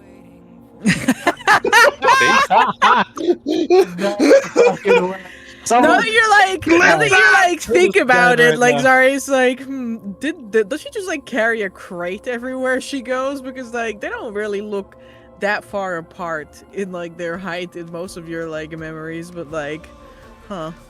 I don't know, man. Tokus can use that hand thing, right? Just lift her up. That is demeaning and degrading. A small person would not want that. No, but it's like a statue. I mean, like the hand thing is like a statue, like rock, right? Like that. Like it's a He stepping doesn't stone. have such a spell. What?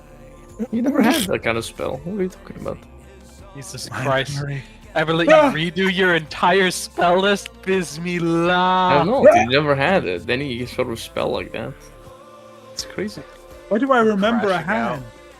Oh, because you can cast Mage Hand, but very briefly. You No, can but learn- it's not. No, it's not Mage Hand. It was bigger. I swear. I'm not going. It's a spell that crazy. restrains you. I don't have any more hands than one little Mage Hand. On the I'm going crazy. Bixby's Earthbind? hands. Earthbind. I wish. That was it.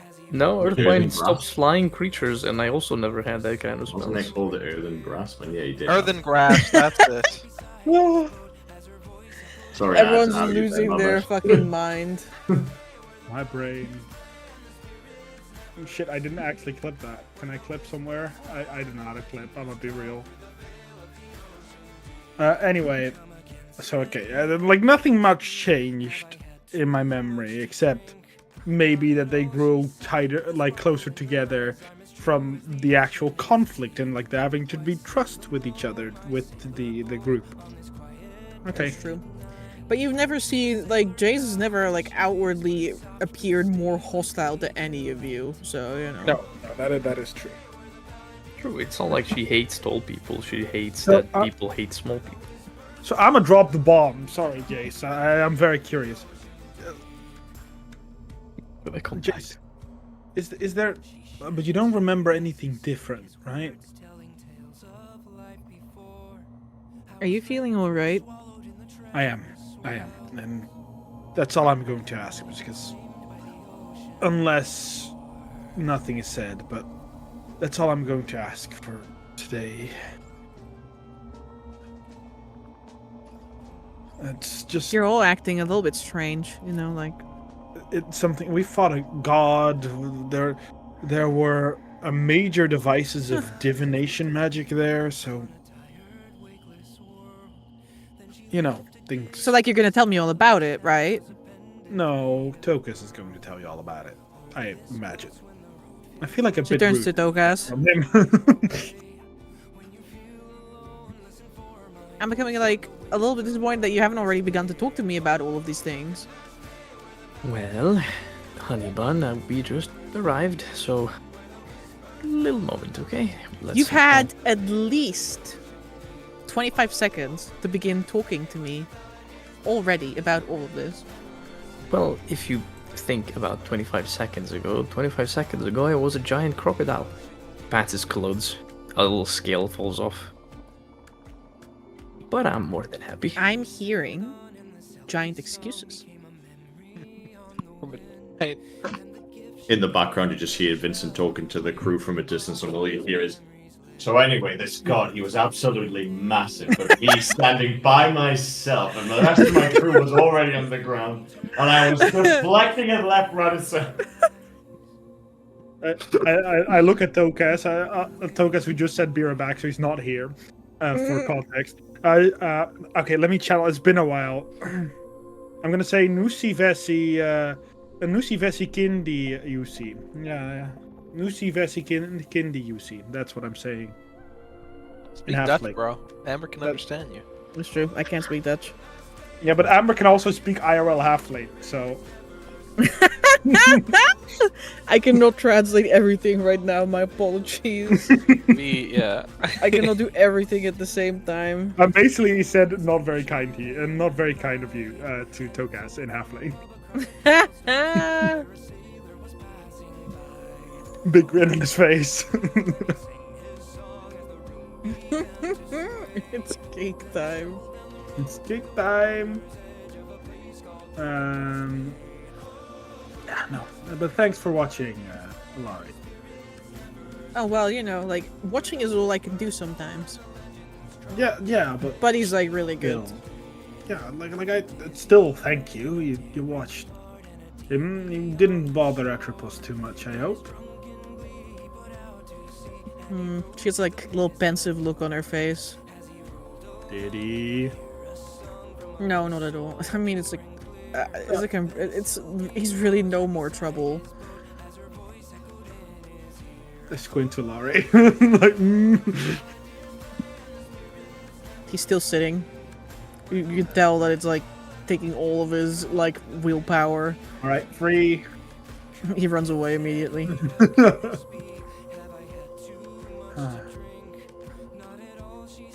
No, we just came back from nothing. It's just... Yeah.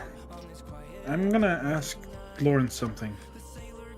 You see, Lawrence is like... Him and Vasily have put down, like, the equivalent of, like, a sun chair or something at the front of the ship.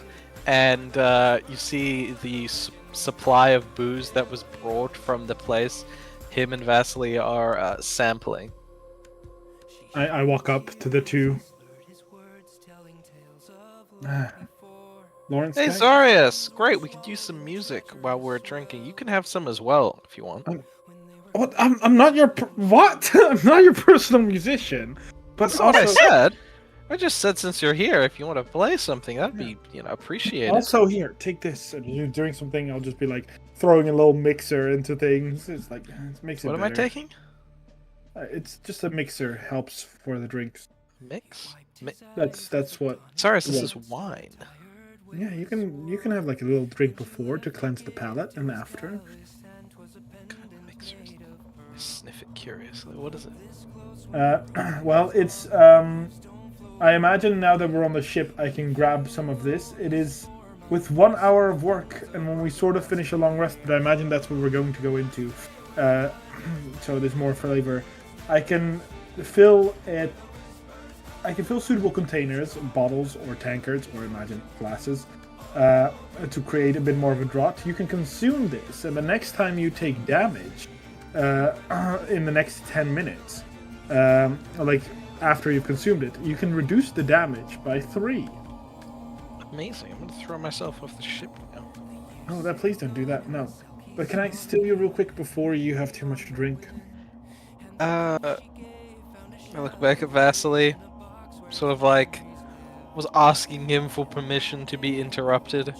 Like I like these the glasses like that he's wearing gonna slide down his face. I'll bring him back. And I'll let you try to taste the new batch of things I sometimes try to brew with Ilmari. Is this? What's up? What's up? Yeah. Okay. It's our friend. Okay. Scuttle off. Look, I know you struggle with it the same way. Do you think we should tell Jace? No. Yeah, I didn't think so either. It feels bad keeping that from her, but in this world, nothing happened. Yeah, nothing happened. And, honestly, I don't remember anything. Mixes of memories.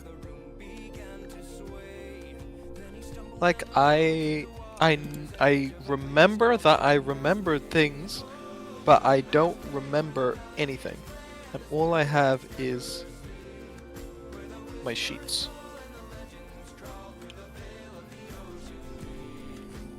It's like my head's filled with mixes of memories, like things I say, like when you try to put your hand on Tux's shoulder, right? Imagine yourself doing that.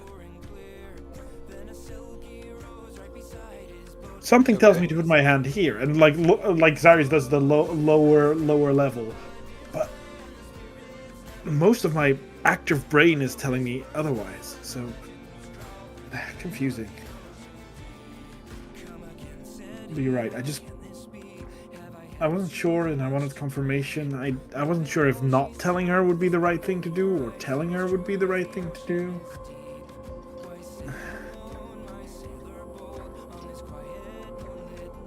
It is our burden to bear. However you want to mourn the loss of Tokas is up to you. I will do it my own way, and you should do it yours. I think the best thing I can do is just remember. It is. Just thanks. Just wanted to check in. It's frustrating with everyone else not remembering it. And Tokas being incredibly No, I don't. unwilling to even have a conversation about it. I get it.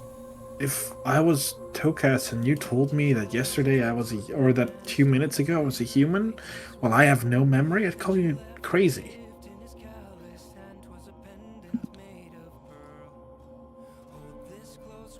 Wouldn't you? Think someone as logical as Tokas would even try to entertain that idea?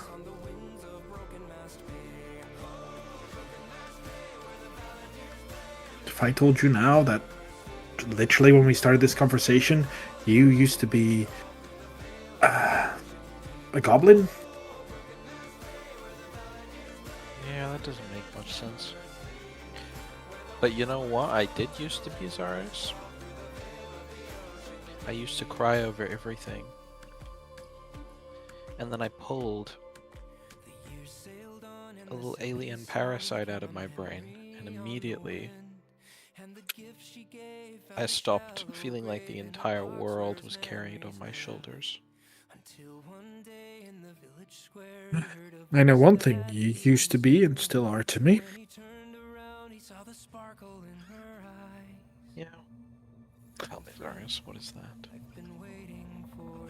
One of the best people I know, in terms of how much they care about people.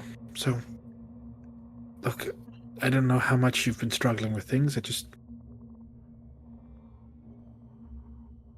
you're one of the biggest reasons I changed, you know.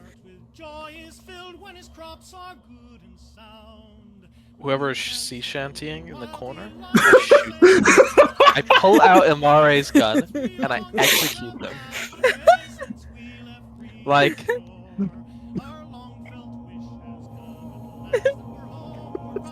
kill that guy right now. Like, I swear. Sorry, you kidult. So anyway, I think the dragon was coming down and it was about to land on us and Vincent, I'll finish your song in like an hour! And then the bell rose up from ye ocean, and it was actually a giant hermit crab god. Vincent, if you do not postpone this boasting, I will actually make the song about you shit and make you stupid in it. Looks very like sheepish. I'm just telling these guys about this. Just wait like an hour. Vincent, continue. Don't mind us. I grab Zarius and I yank him and myself through the door. And racing along a thread of golden light, we appear up on a lookout post, looking down upon the ship, some 500 feet away.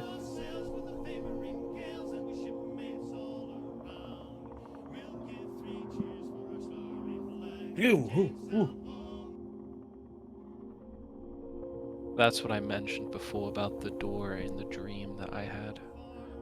But to respond to what you said and acknowledge it, it is my purpose in this group not merely to heal, not merely to destroy undead, not merely to vanquish evil and save the world. It is to guide each and every one of you on a path of rightness, justness, truth, and goodness in this world. And I am glad I've been able to do that for you. And one of the reasons why this hurts so much is because I feel that I have failed Tokas. The Tokas we know.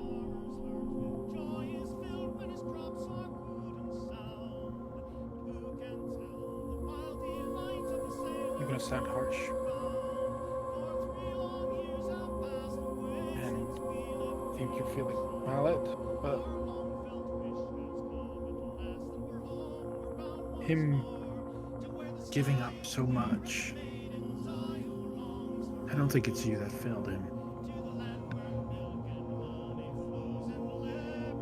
What you said is right. If I were to have to give up anything of how I really am, I wouldn't choose to do it. If becoming a half-dragon meant losing anything, I would. If I could gain, and like if I were to change slightly, that happens. We're all people. But to give anything up with how I got here wouldn't change anything. Because if it is even the slightest chance that I wouldn't have met any of you, that's far too great of a risk. And that's what Tokas chose. He might not know it now, but he chose to give something up. So that Tokas that doesn't exist anymore, I think he failed us. In a way.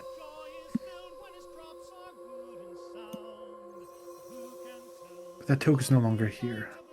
So it's fine and valid for you to think of it as yours, your fault, but that nothing that happened was your decision. It was only one person's decision. And they chose what they chose.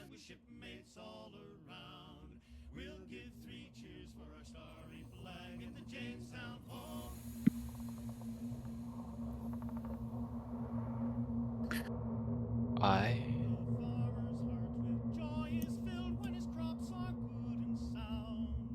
can think about that. Fine. For a drink. I put a hand on Lawrence's shoulder, and suddenly the two acidic wings wrap around us and reappear where we stood like 2 seconds ago.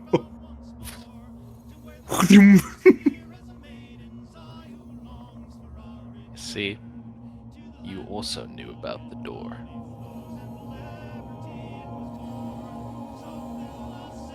Yeah, not that way. I've had this ability for a while, but yeah. Do you know about this door?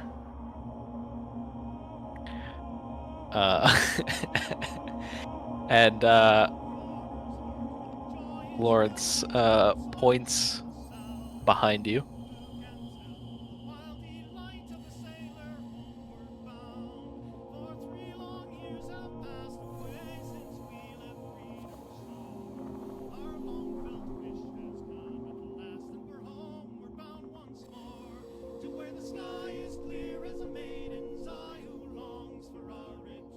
Zaris.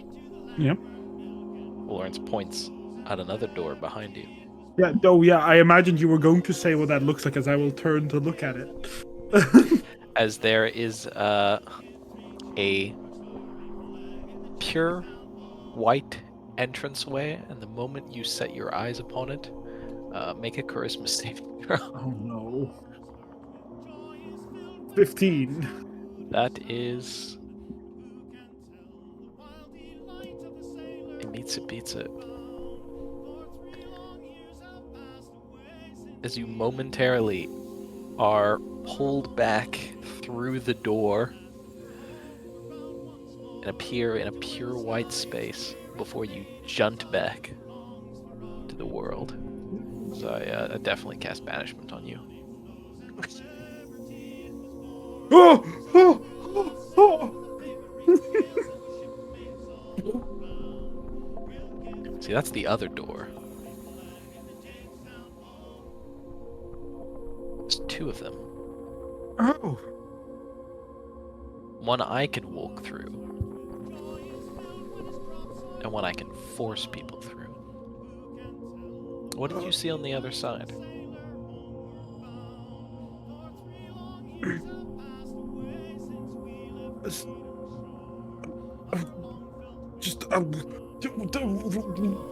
You see Zaris just for a moment be like, yeah, I was about to say, like home?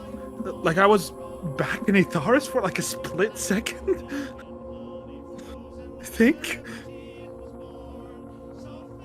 I think that's probably Constellations. Yeah, I could see the stars. It was very light. The stars were lighter than they should be. Again, for a split second, my mind managed to pull itself away. I could resist it. Yeah, it's good you did. I look at Lawrence like, it's good you did. You see, sorry, it's fucking, what the fuck? Yeah. Oh, it's only temporary. Can I make an Arkhona? Can I make Amber? Can I make a thaumaturgy check? In regards to what? How banishment works. Yeah, sure you can. I have no fucking clue. Lawrence don't just know. shoved him into like another reality, and then was like, "Yeah." Yeah. Okay. Just get the It's shit our out of get me. out of jail free card, because just in case, right? It all goes south here. I'm sending you guys. Well, I'm sending two of you back. I don't know where you're gonna end up, but I'm sending at least two of you back. Can't send myself, but Yeah, fair. Anyway, I need a drink. Bye, Zaris. Yeah. I was just standing there, kind of like looking confused, and then I will join Vincent, and then he puts a hand on your shoulders, like I finished it. Oh, really? Yeah, work fast. Damn. It's not even been a day. Yeah, we were traveling all the way here, so I had to do something. You can think and walk at the same time. Yeah, Still I could struggling. think, navigate, and walk at the same time. I'm Vincent, still working on that. we followed a river and then a shoreline. It's not that difficult. I mean, I'm trying to compliment you. Why are you insulting my intelligence? I'm just saying that you know, that while I appreciate a compliment, to really be felt, it should be, you know, a compliment should, you know, be something special. And not say, you can think and walk at the same time. I feel like that's not really a compliment. Well, I'm still working on it, okay? Some of us haven't developed that far. Anyway, yeah, I gave you a title. I hope you don't mind. Well, that entirely depends on the title you've given me. It's the Unrelenting Captain. Unrelenting Captain. What does unrelenting mean? That you can't, like, you don't stop. You keep on going. You persevere. You don't give up. Yes. I think that's quite fitting. It's better than ending up with some title like a thieving captain. I feel like that's not going to give me a very high regard among the seas. Yeah, no, I don't think that. Yeah. Well, thieving captain. Most of the song is about how, like at the end, it says, "Is your treasure gone, lost without a trace? It's the unrelenting captain that took it from its place, because you are the greatest pirate, sort of like the greatest. Like everyone here is a pirate, so you're also a pirate. Like the greatest person. You can find any treasure and take it. It's yours. No one can defeat." Big ass grin on Vincent's face as he's nodding. Yes. This sounds absolutely ideal. Yeah, I'll, like, next time we get to port, I'm gonna sing that so that your name kind of gets out there, and hopefully it's gonna be catchy enough that people are going to just repeat it. I'll be there. I Honestly, fucking hope so. I made this song for you. I'm looking forward to it, you know? I'm very impressed that you've managed to set this together. And you know what? I don't want you to spoil it for me. I'm going to wait patiently, and I want to listen to it on its full-on debut. It's like, you want to listen to it, you don't want the crew singing the praises, like, for the rest of the ship right there. That is tempting. Like, get that going as a sea chanty, like, for, like, the trip. I mean, look, I'm just a meager old bard that loves to hear my name be singing into praises and loves to have people admire my martial skills and musical talents, and that loves a lot of money. But, you know, who am I to just say, you know, you'd get the ego stroking twice. Like, when you put it like that, I mean, maybe we should just set it up overnight today. yeah, well, I was planning, well, you know, at the quarter after dinner when we drink and party, and that's when I was going to do it, yeah. You convinced me, Xeris. We shall do it. Nice. I start practicing, like, the music parts. And while he does that, I will go and pee, because I really have to. Typically how it works.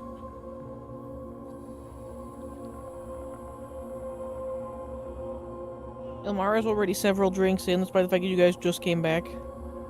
The burden of captainhood is slid off of her shoulders.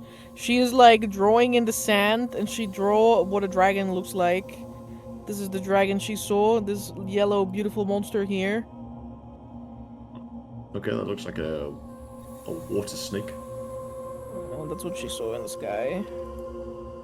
In the sky, it's like a hammerhead shark. That's what it looked like. She don't make the rules, okay? It had like a sword head.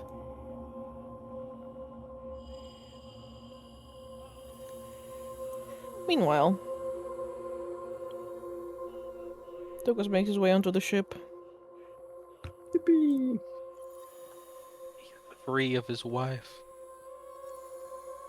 The contrary.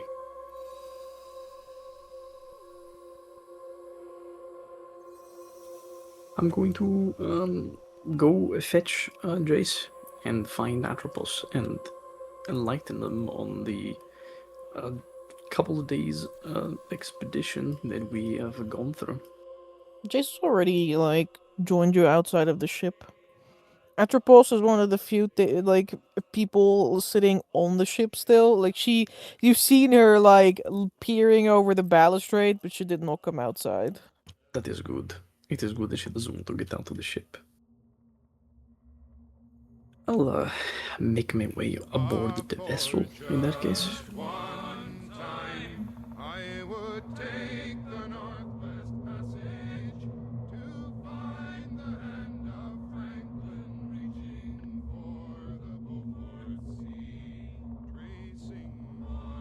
You get onto the deck of the ship. There's a couple of crewmates still like milling about doing the last bits of cleaning and repairs. As a little bit of a like welcome back party is already beginning outside. Alright.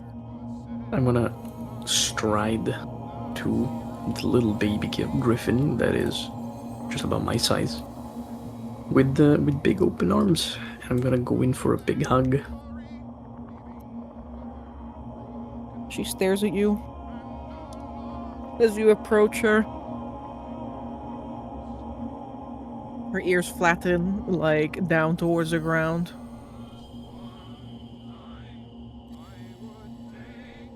Let's see.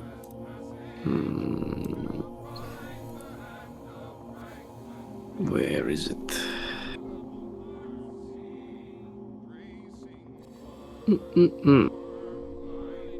Nope. He doesn't think it's any major issue, so he just lunges in for a big hug. Turn. Her Adipose is kind of like she's entering the like lanky teenager phase like quite early on, where her neck is just like growing longer while her body like kind of remains the same like rotundness. So she's just getting this like snake like neck, and it kind of like curls inwards for a moment.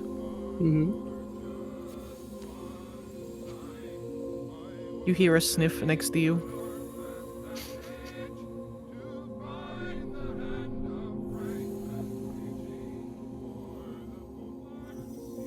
And another sniff. Your hair kind of like gets ruffled by it.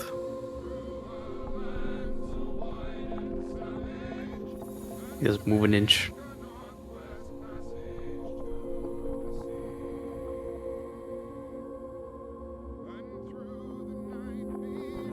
Neither does she. Alright. After a while of like a little silence, and once she's done sniffling him, he kind of like pulls back a little bit, puts a hand on top of her head. Have you been a good girl? Have you caused anybody any problems? Have you put anybody to sleep while I wasn't here? You better have not. She stares up at you with those knowing blue eyes. He like squints a little bit. It's okay if you put someone to sleep. You can tell me.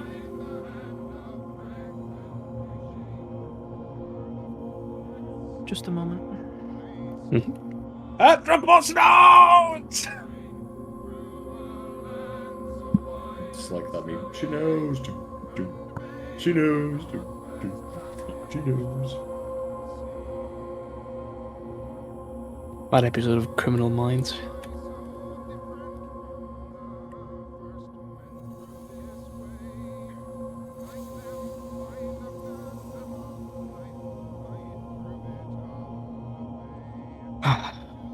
I need to remember to make my thing as well.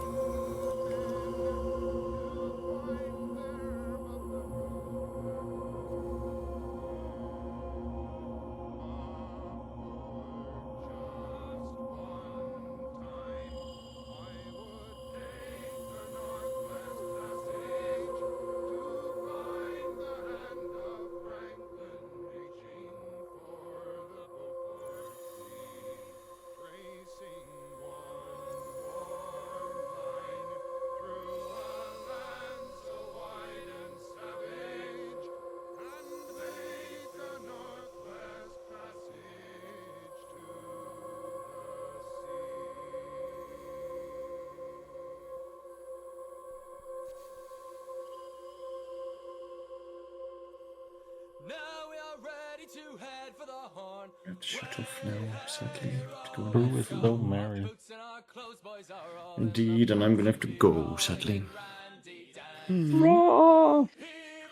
We shall miss you, Brandon. I'm back. Welcome back. Brandon just said he has to go. Sadly so. It is sad. Work. I'll leave you guys to it. We'll Very see well, you Brandon. next week. Yeah. Oh, thank you for being here. Indeed, and have a good rest of the evening. You guys enjoy yourselves. Thank you. Bye.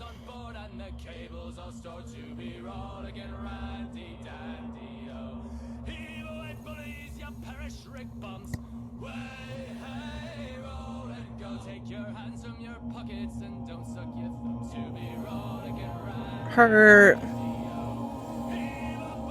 big floppy ears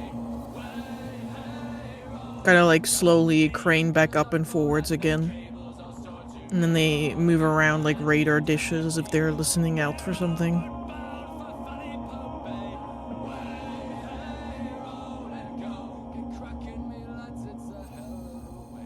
She blinks.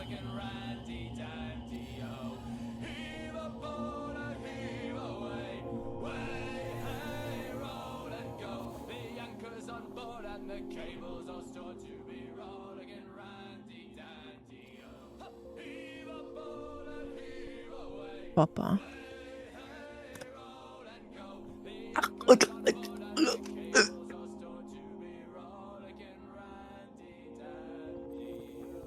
You're fairly certain you just heard that though, because you saw her like beak open for just a moment. His glasses like tilt sideways comically, like in the movies. His head slowly grinds around towards Jay's stone on stone sound plays in the background. Did I hear that? Did you hear that?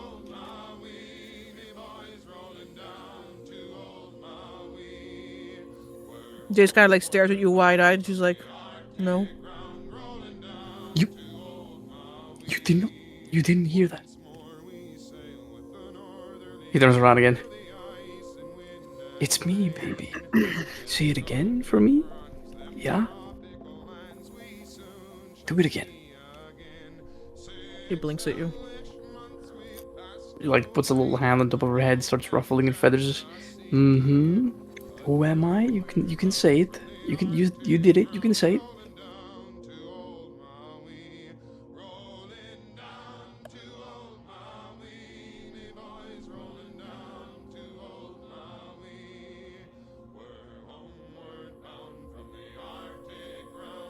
For a moment, you see her like beak open up again, but then it keeps opening up into a big yawn, and she lays down on the deck.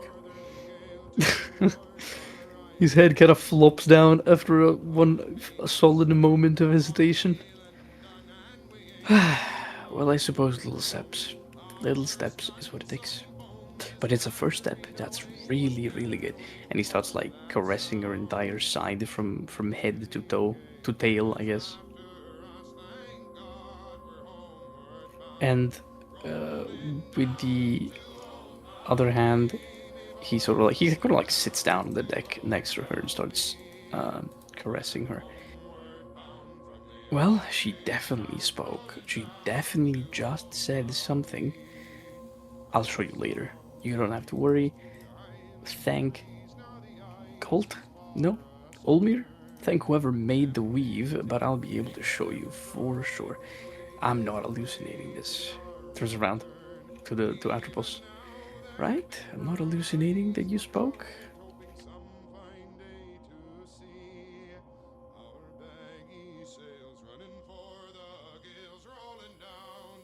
Her eyes are knowing, but her mouth is not speaking. Too much to ask. Very well. Turns around to Jace. But yeah, that is the gist of the story. It was pretty interesting. The whole tale of Basilik and all these denizens in this place. She's still here with us kind of like nudges the bag. I think they could prove very helpful in helping Vincent's people leave the material plane. It's a bit of an iffy story, but you know, we can try and help everybody, and that way everybody wins.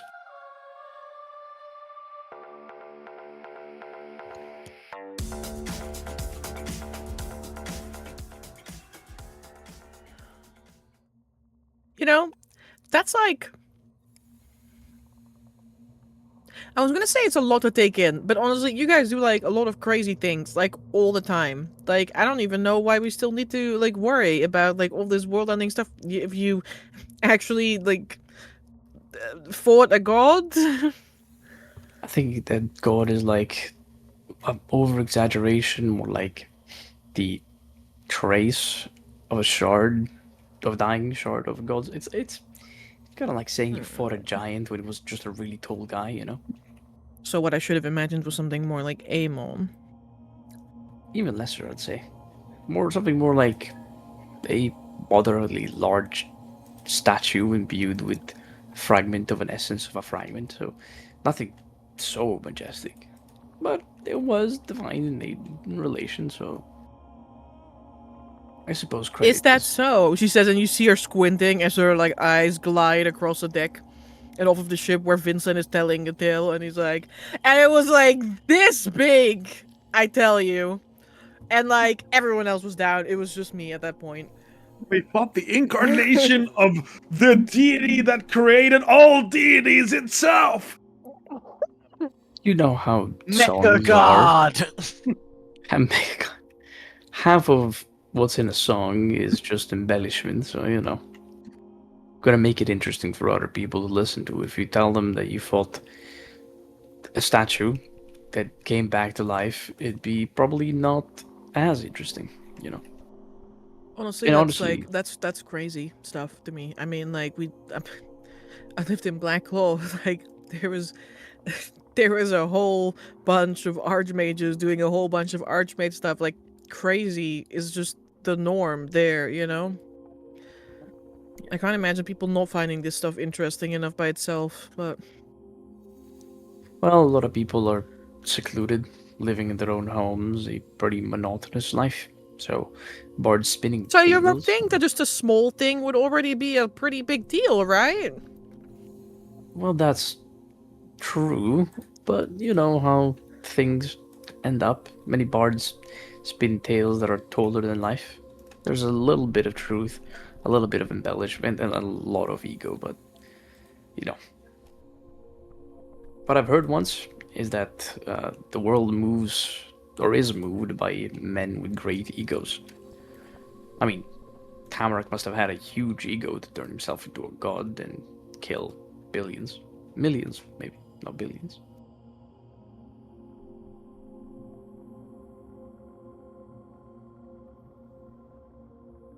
Yeah.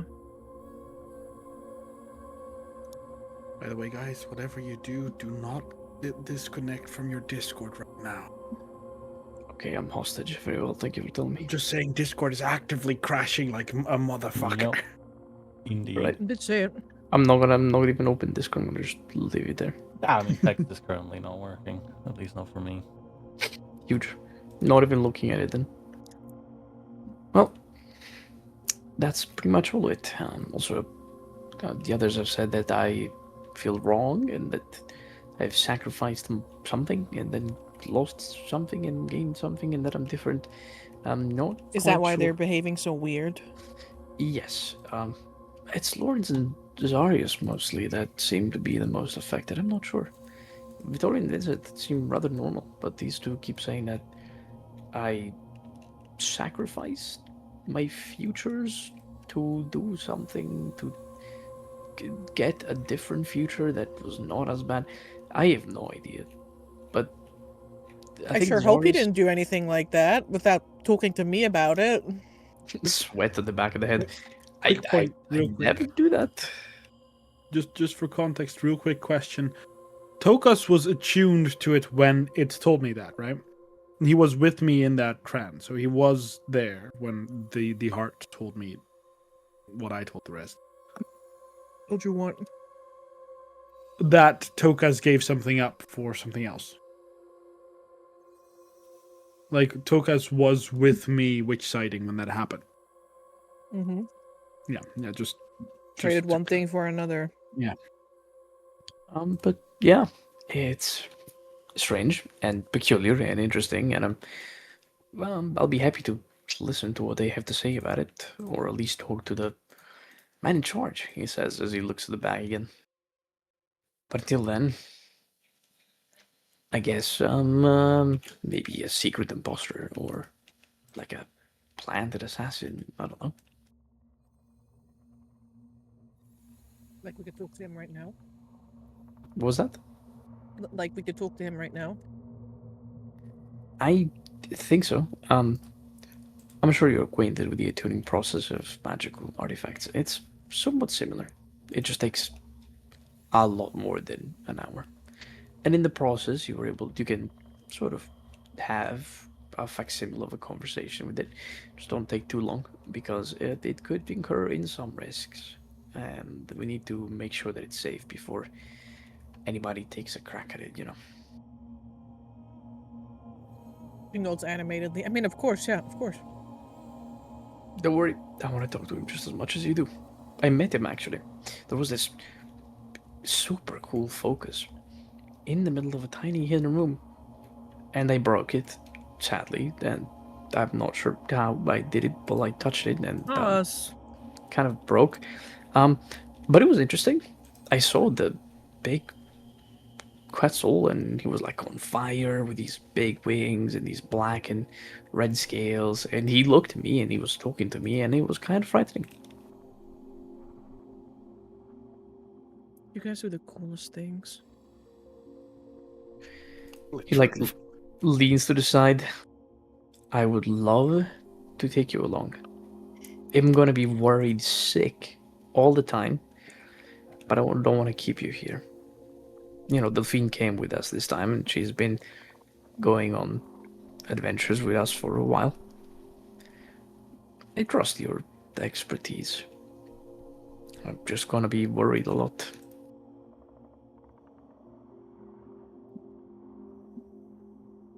It's a complicated thing. It is, he says, turning around to their daughter. It is very complicated. But I was thinking, now that we know that Atropos has a fundamentum of sort, that perhaps it's time for some training. Maybe for everybody involved. I've recently cracked a few new spells that I need to put into practice. Perhaps I'll do it right now, in fact. And yeah, well, maybe everybody gets to learn something, and next time we can have a little trip outside. We are planning to explore the island. There were these giant skeletons that I think are related to caretakers, or maybe room titans, has to be one.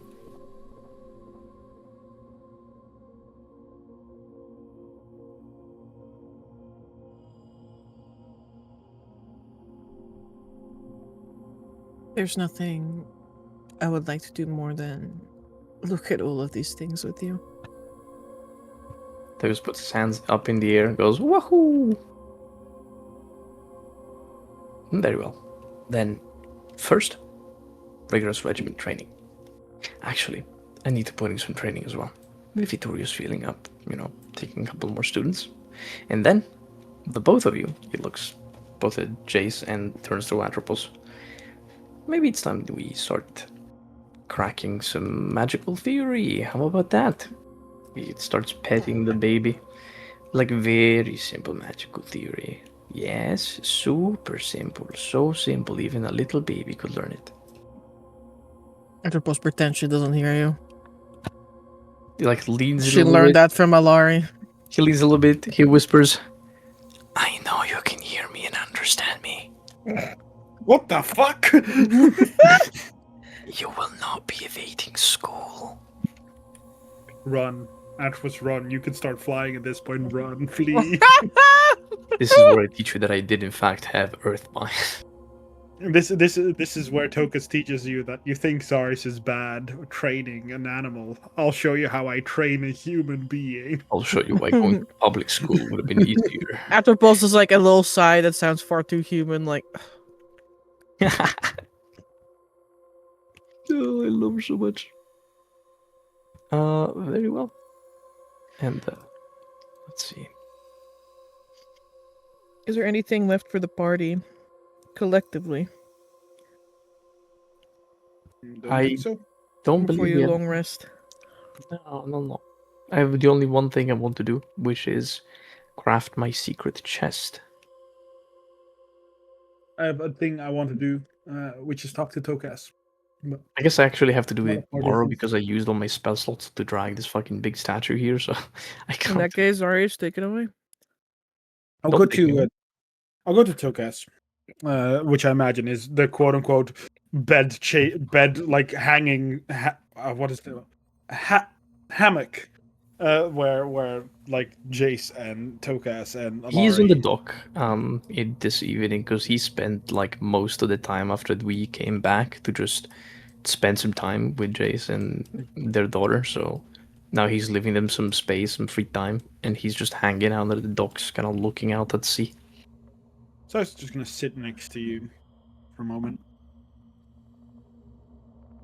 You see, he is kind of busy staring into the far horizon of the expanse. And he sort of tilts his head around. Hey, buddy. Came here to get a breath of fresh air before sleep. Yeah, and a question, but yeah, And a question. yeah. All right. Well, hit me with it. Well, remember that time where we tried to cast spells together? Yeah, vaguely. It did feel kind of dangerous. I want to practice it again. I've noticed that in the last fight, all my magic was used to just make sure I could remain standing and fight, right? Yeah, you did pretty amazing. And that's not bad at all. It's just you have some magic, and Lawrence's magic, where I think if I could simply help you make that magic stronger, then I think we'd be far more cohesive, far stronger as a group. I want to practice it again, essentially. I like the idea, but I'll preface this. You're not any lesser than me or Lawrence. Zarius, we all have our roles. The fact that you can get mangled by the demigod-like dragon for that long and still be on your 2 feet is a feat I don't even think Vittoria could achieve. And that's a lot, because that man is built like a brick house. I mean, a brick made of coal iron, just saying. Yeah, no, I don't think I'm not useful. I'm just thinking that if we manage to figure this out,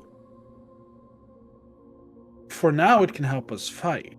But with the assumption you still plan on teaching Atropos magic, you could help Atropos in a far more intimate manner in that magic. I already have an idea of how to do that. I was there when she was still an egg. I think I have a rough hunch on how to help her go through her things, I suppose. I was definitely considering asking Lawrence for some more in-depth explanations of what it effectively feels to have a well of innate magic. Though there is a principal difference between human physiognomy and that of someone like Atropos. If I am not mistaken, humans lack the fundamentum of sorts, which is a rather stark difference between someone who has inherited a font of power from other beings, and someone who is biologically born with it. You know, a dragon would probably be more of a teacher. Well, I mean, I look at the island direction. He looks at the island. Yeah, it's going to be. Would have been very useful if you said this while not a crocodile, Tokus. I was fending for my life here. I suppose, it takes a little bit to not be a crocodile when you're so tired, but we can have that conversation tomorrow. I think I think it'd be good to practice. I'd love to, we but can do it. And again, if you need any help actually teaching Atropos grammatical languages, like the grammatical basics of spelling and stuff, you can. I'm pretty good at that. I can also spell, just saying, but I more mean the advanced ways of poetry and stuff like that, Yeah, I do think the arts is something that she might enjoy learning. I have a feeling that she's definitely inherited some aspects of a greedy little lizard, so perhaps a taste for fine arts is what she might develop eventually. But I mostly came. Did Atropos notice anything? I know you don't think anything is weird. Well, she's kissed me a lot, so very likely I had some strange smells on me. Understandable. I mean, we've been through thick and thin in a couple of days. Oh, also, she spoke. She spoke? Yeah. So, you didn't lead with that? She spoke. Well, I wasn't leading this conversation. I'm just saying. Well, yeah, but when I brought her up, that's like the first thing you say. She took her first flaps in the air. She spoke her first words. She learned how to walk on pogo stick, or like on the stilts. She wielded her blade for the first time. I doubt that's ever going to happen, but I doubt it too. It's just that was big thing back in Amber Current.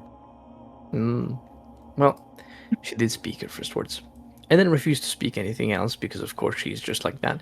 But she doesn't know that her dad is resourceful, and I have it recorded all in here. And he taps his forehead. As for your offer, I'm happy to try it out, but beware, I'm going to be busy soon enough. I've seen what Delphine can do on the field, and Vittoria is trained there very well. And I think if danger's to come, she'll handle herself. I want the same for Jace and Atropos. She's a bit too young to train and become a skilled fighter, but Jace needs to start exploring the more ethereal side that she suddenly discovered not too long ago and that we never really broached. She had a very abrupt awakening and not a lot of time to reflect upon it. So that goes for Atropos as well. They're effectively just babies when it comes to magic. And I'm sure they'll grow into fine mages, each of them. Well, I mean, Atropos might grow up to be more of a sorcerer, but...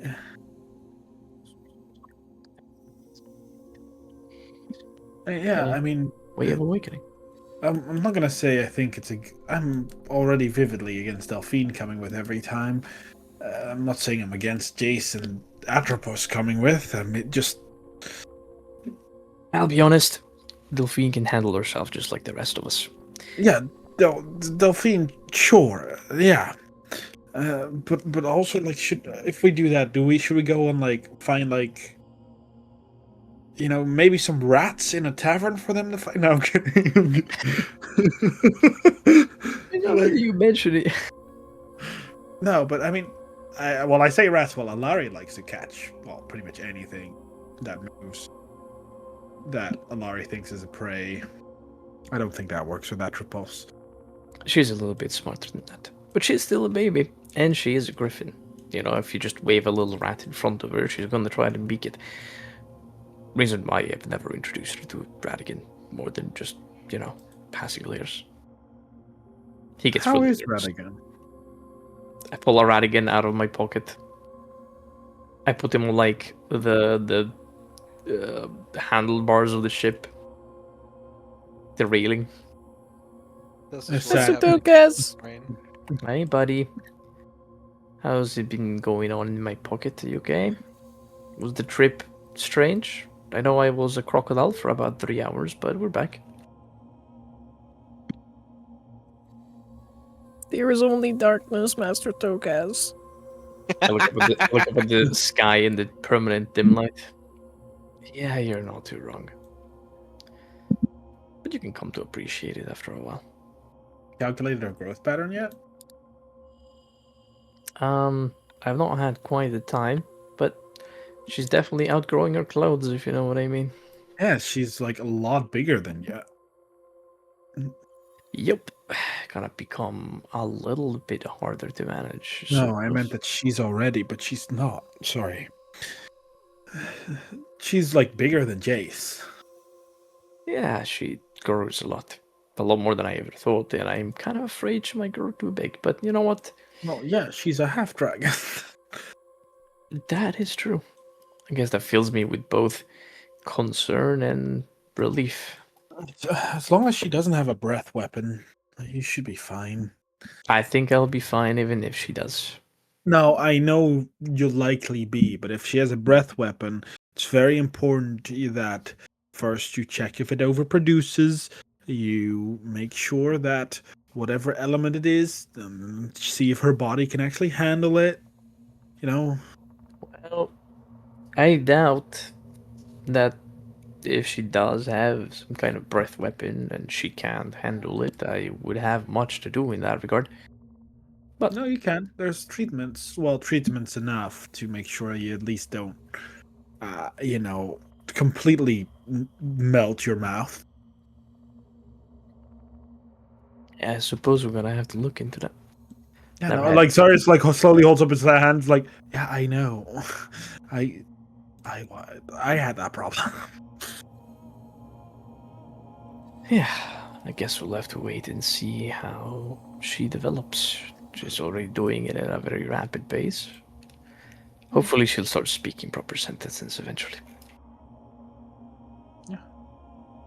Have you ever tried like linking with her the same way we did when she was an egg? Not quite. I've not had the ample amount of time to, spend with my family as of yet. You know how it is, work, and then you step off the boat, and you go slay demigods, and then you go back and work more. We're literally freelancers. We can decide when we don't work. Well, when you have 4 years left to live, there's not much time you can decide to not to take. That's true, but in here it's longer though, right? That's what we figured out, probably. We have no idea, actually. No. Time could be passing much faster outside, then it's something I'm a little bit concerned about. Yeah, just if there's anything you need to know about somewhat draconic things growing up, I can answer some questions. I'll call the expert if it comes up. Half of me hopes so, and half of me hopes it doesn't. Less troubles she has, the happier I am. But also, if she does turn to be half a dragon, then all the better. And she'll outlive all of us by a long time. Yeah, it's both a good and a bad thing, I suppose. I could maybe do something about that, but we'll see. You see Zarius be like, wait, if I take the blood of a half dragon or whatever, no, I'm kidding. Then Zarius teleports back to the material expanse. That's so sad. It's like, no, it's just be careful. A lot of parents of non-dragonborn have been severely hurt when the breath weapon for the first time fully properly comes out. It's like a burp. Tuckus lifts up his arm, and you see that there's there's fresh scars, these silvery streaks on his forearms and his bicep, and there's little nibs here and there. That's sure. You and me don't have to worry. Our years of adventuring have made our bodies tough as hell. But for example, Jace might. And that's why she needs to train up a little bit. Whether it's because Atropos suddenly burps the spout of flames that burns the ship down, or because there's someone who boards the ships and starts indiscriminately attacking its denizens. I need to make sure that she can handle herself as well.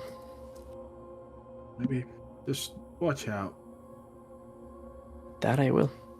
Always watching. He taps the side of his head again. You said that Atropos thought you smelled strange, right? No, well, yeah, she sniffed me a couple of times, and my best guess is, you went through a jungle, into a cave, fought a bunch of undead, and then defeated a demigod. I feel like there's plenty of reasons why I picked up some weird smells. Yeah, maybe. I'd like to ask her something later. Well, not tonight. She's probably sleeping, but... It's like a squint. I did tell you she doesn't speak. Well, she did talk, but she's not exactly eloquent right now. No, she speaks plenty. Just not with her mouth. Wait, what else do you think she speaks? Body language? Oh, well, I guess. Yeah, for sure. It's like, I don't know, I found her very eloquent for what she is. It's not a very good trait. I wish you could start communicating with her mouth, but I suppose it's a bit too early. It will come at some point. But it's a great trait to know how to make sure people know what you're thinking without having to speak up. It's presence. If you walk into a room and own the place, you move a certain way, and that's how people know. They don't need to hear you speak, they just see it. Well, if you put it so elegantly, sure, but if she abuses that term of communication to not speak at all, then it becomes a vice. No, she's learning that from Alari. I squint, I look back at the boat. He might not be that good of an influence. Alari is very good at acting like he doesn't hear you. Yeah, I noticed. Surprisingly enough, why Alari... he reacts more when you would do the firm voice. But training him has been a hassle somewhat. Very energetic, likes to jump around and... But yeah, he's a rebellious little guy. Well, they're all rebelling in their own way, and they haven't even hit puberty yet. Right? Is there such a thing as griffin puberty? Yeah, Tokus, there's a thing as everything puberty. Just it expresses itself in different ways. I can totally wait for that moment then. I'm not sure how I'm gonna handle a half-dragon, half-griffin, magically imbued rebellious daughter. So you should research her. Look, I know we don't like thinking about her that way, but we should understand how much of her is dragon, how much it's not. It's what I've been doing, effectively. Some things I can't yet understand, but, slowly I'll figure more things out as we grow up together. Yeah, no, anyway. I'm going to be performing Vincent's song on the deck in a couple of half an hour or so. I'll see if you're there. Yeah. I would love to listen to it. I'm sure it's gonna be half of it just Vincent doing disproportionately huge things, but always I kept it tame. No, from what I've been hearing of him. Yeah, no, he's not keeping it tame. My song explains what he did in a very epic fashion and makes him sound cool. I'm not telling people that he's defeated God itself. That's probably a good idea. Well, yeah, but Vincent is telling people that that's what he did. By himself, no less.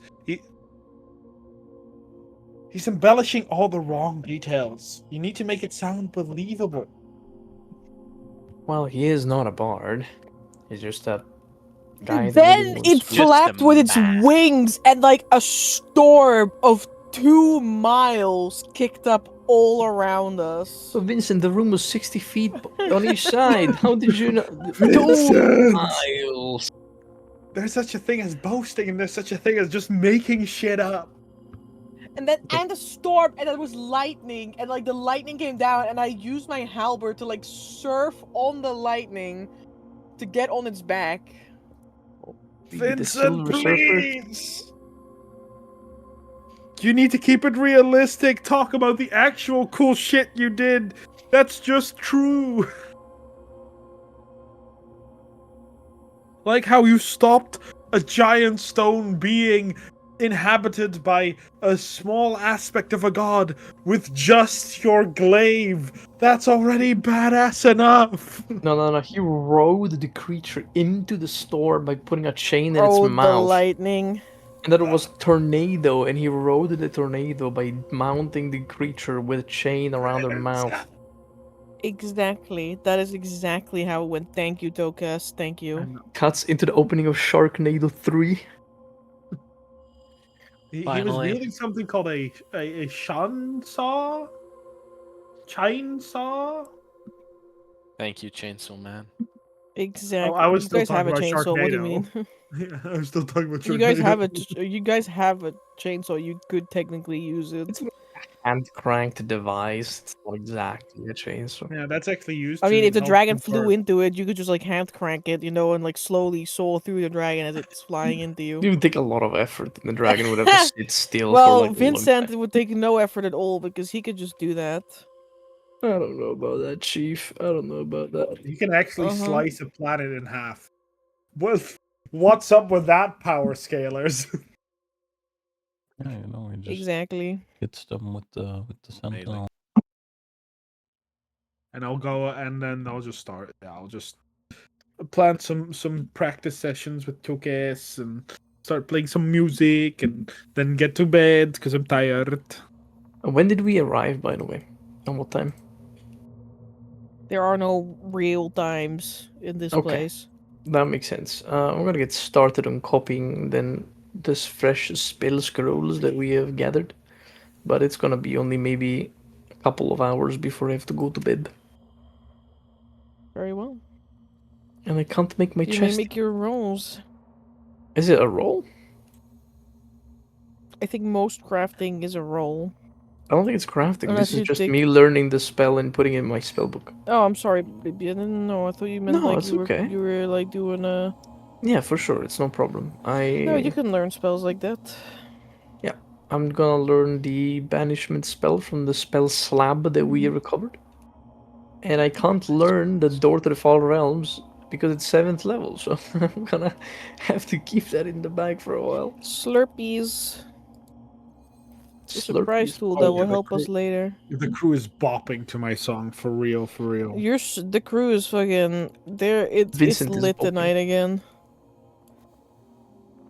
Reaper's singing with me. He can't sing, but he's still doing it. He's doing his best. He has aspirations to learn how to play like a string instrument for you, like a lute. Fucking Reaper, let's go! You're gonna be the first Oh. in my group of entertainers. Reaper and me, let's go! It's a massive fucking text. Fucking massive Reaper. A Honestly, withering rose and the reaper. He was clutch, yeah. I'm gonna add you to my list, Reaper. You're the first one in my list. I'm happy. If you I ever hope die, you I'll listed be him in your prepared. actual named crew. I will Oh, name shit. list him in my named crew on my sheet for real to begin with. For now he's a regular person though. I'm gonna be real. So far, I don't think he counts as one of the 5 unique people I want to join my troop. Crewmate wants to learn how to play a lute.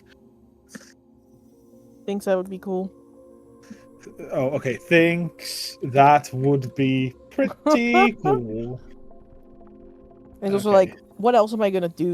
Like when we're sailing, I got a lot of stuff to do. But when we're in a place like this, just not like we. I mean, we have the obviously the like scrubbing and stuff, and we can like sit around and like help the old captain with like chopping up chunks of meat that you guys leave littering all about the place. But Look, I know I'm not proficient with a lute, but would I be Captain able? Cook. would I be able to at least explain to him and teach him the basic? Because I like with my general musical knowledge, like put your finger there, that's this tune. This finger is there, that's that tune. Yeah, you Like, can begin to teach you. You can teach him some basic boards like this evening if you'd like to. That's fine. Yeah, I'll use shadow instrument to make a lute appear that technically I think only I can touch, but then I can at least show him which things to press. That is true.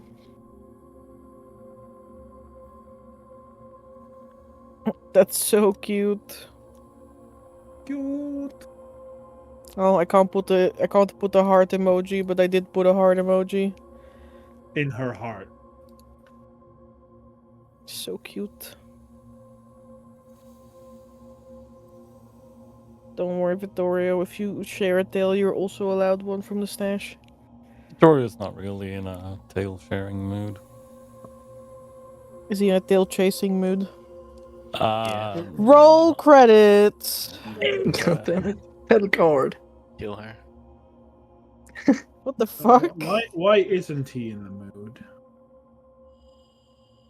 Yeah, I don't know. Why isn't he in the mood? He's not gonna tell us, see, that's the point. I don't know. Are you skulking at the party, or are you? Oh no, he had maybe like something to eat and a drink, and then he retired. He's working away on some drawings. The Hand of Vecna, huh? The Hand of God. Inazuma 11. Yeah, I mean he wasn't too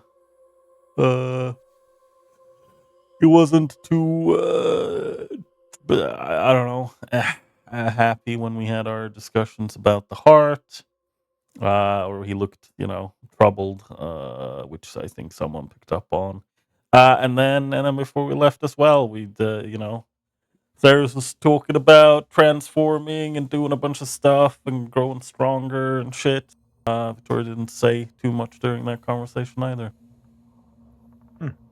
Time to talk to Vittorio. I'm gonna wake him up because I'll probably have to party a little bit. If anyone else also wants to. Lawrence is with his boyfriend. And it's busy right now. But in the morning, you're fair game. Yeah, in the morning Toby's is gonna fucking clip the wings of the statue as well. Spiritually guided.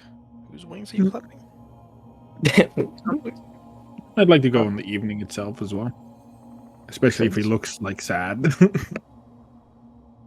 which for Vittoria probably is like an increment of his the corner of his mouth going down instead of neutral. Further down than normal down. After like getting the song going, that people are starting to sing the song by themselves. I'll start hit it. Woo! I'll knock on the door. No, we wrote Terry with us. Terry's always in our hearts. He's stowed away. No. That's the change. Exactly. Instead of Martin, you don't have an extra crewmate spot. You have Terry. Yeah, Tokas's Bloodfly Flag led to Terry coming along with us. Okay. Wait, I can click assign crew. I'm gonna do that. Can I add a crewmate to the thing? Why is there a shambling mount in our unassigned crew? Because that's Vittorio's plant. Oh. Yeah, it takes up the spot of one crewmate. His plants indeed take the spot of one crewmate. Yeah, it's so sad that mushrooms will start growing now that we can use to fucking make bread out of, to supplement. It's so sad that we missed the gunpowder barrel in the plantarium and it explodes. Nay. Where's a commoner? Here we go. Click on a commoner. I can't, of course, change his name because I'm not in control of commoners just like that. There's nothing they can do to stop your 9th level character. Okay, well, I can't actually add anyone to the crew, so I will kindly look at Amber if she can make Reaper. Remember, but I was not the one who made all these crew members. One of you did. Oh, I can't. I tried, but then it just said, "Wow, here's a commoner." I'm like, That's not how it works. Drag and drop passengers here or click to add. Yeah, that's where I clicked, and I clicked on commoner to add, and then that commoner just like I couldn't change anything because that was just a commoner. Anyway, I will knock on Vittorio's door. Okay, I added the commoner. Okay, I can actually do that. I will knock on Vittorio's door. There's like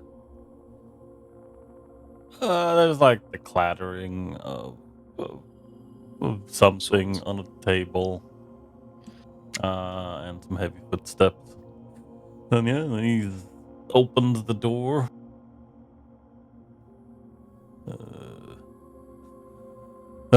What's what? Do you need anything, Darius? Well, you want to just start punching each other? No, I'm kidding. I'm sorry. You look down in the dumps, and I was just gonna ask you how you're doing.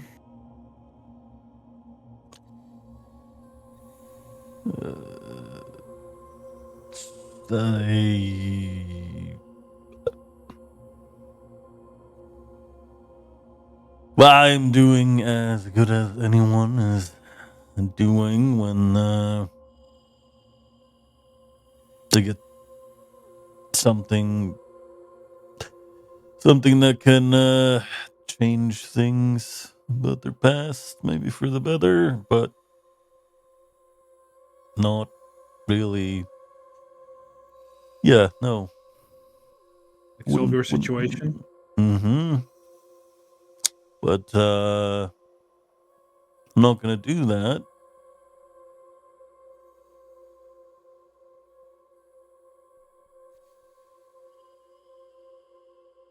Yeah, no, I get it. Well, I don't get it, but I understand.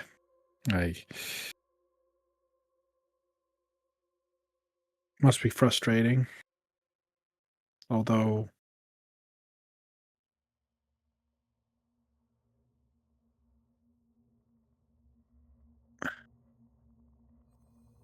we'll find another way. And if you really think that we won't, then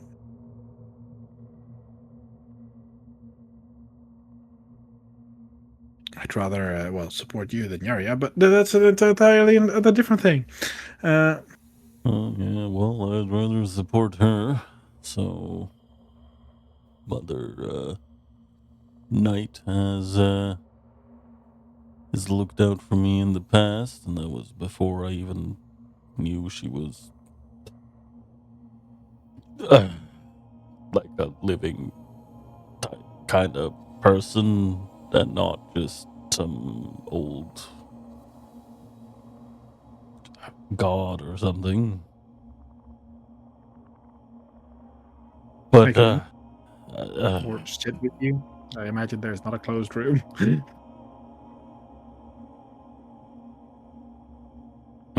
Yeah, sure.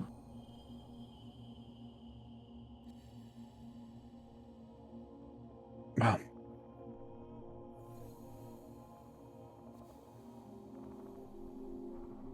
how are you genuinely feeling?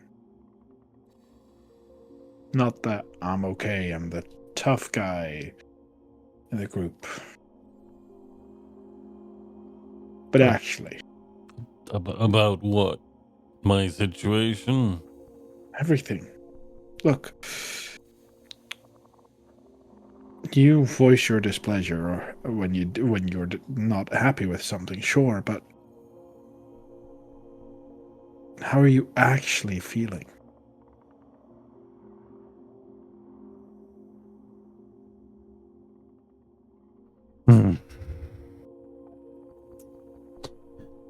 It's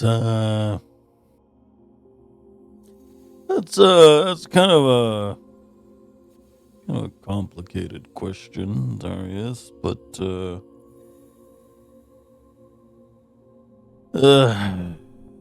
Got some mail if you need it.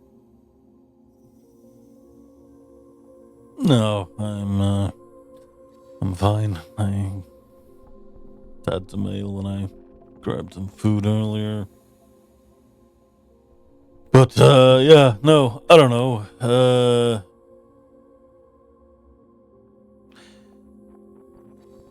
Yeah, it's a complicated question, but put it simply, I'm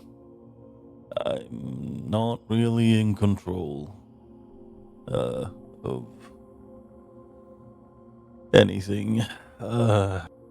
Is what it feels like.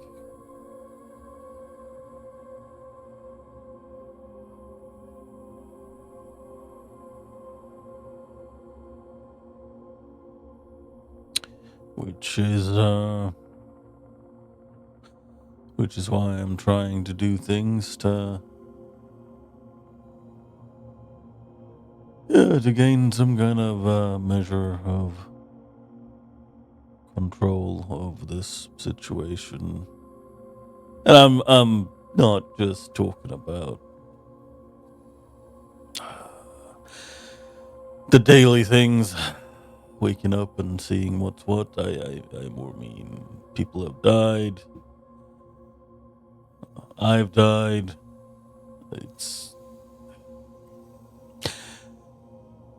It's a lot. Yeah. Yeah, you're right. And we're all dealing with that in our own way, and it's when people ask me why I want to become dragon, that's partly why. Everyone around us keeps dying.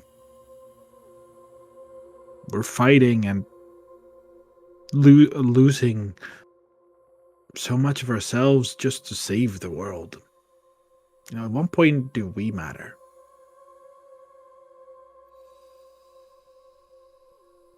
But I think, you know, how long have we known each other now? 2 years? Yeah, give or take. I think in that time, you, like I said, you're all family to me. And that includes you. It's why why I brought up what you should do with the artifact. Look, I know you put a lot of people's needs above your own, but you're allowed to voice what you need or want. Being selfish isn't bad. Yeah, well, yeah, that really depends on how you're looking at things, Arius. About what? Also, Sure. I'm trying to. I don't want to use it either, for that matter. If. Well, whatever. Also, like said that things changed for Tokaz and whatever you and Lawrence are going on about. At least Tokaz is still here. If that thing supposedly changes things in the past choices, all of that, where the fuck do you think I would end up if my dear old parents didn't sell me off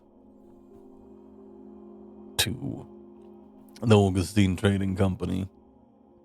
What if that's not what you needed to do? Like, you make it sound like it's a terrible thing, but if the thing that you changed in the past is your parents not doing that, raising you in a possibly loving home and living a normal life, if the artifact is as powerful as it feels like it is, that's the past you change for the future you want. It's why I was so against Delphine becoming the like a fighter, like us. Fighters are only there when things are difficult.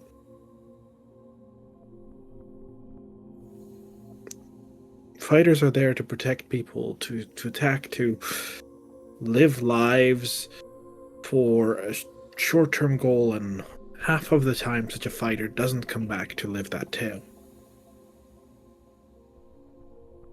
Becoming a doctor or becoming, hell, a baker.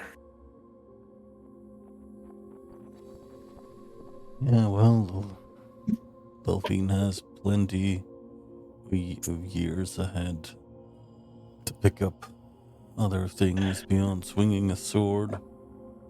Yeah. As for getting a happy upbringing,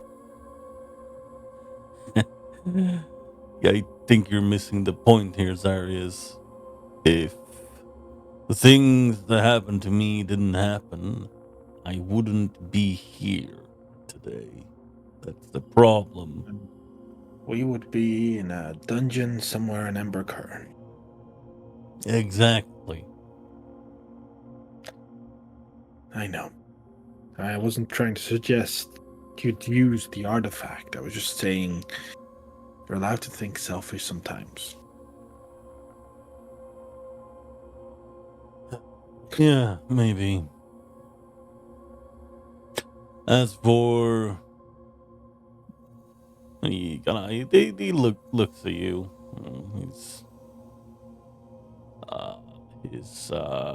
His eyes narrowing a bit. As for you talking about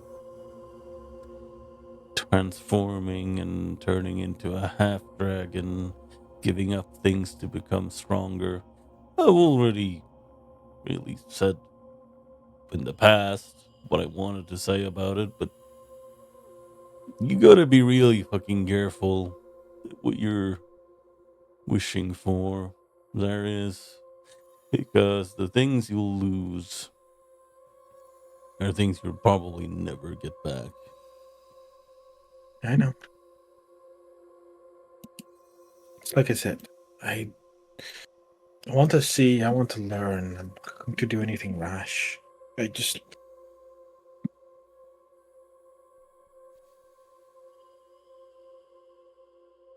Maybe I'm overreaching, but probably why you still use your powers despite all the risk. Gotta. We're fighting. He blinks. I need to be strong. We're facing something that I might seem fun and relaxed, and I often want to choose things to just do things for us, but there's never a moment when, it probably counts for everyone, when there's not in the back of my mind that we're stopping, or at one point maybe have to fight something so grand and powerful that we're never coming back from, or some of us might never come back from. And we need power for that. And now, white dragons, I don't know, they're cool. Every time I hear a story or see them, they are impressive. They're out there. They are the center of all attention. They are great. But that's not the point. It's power. It's always power.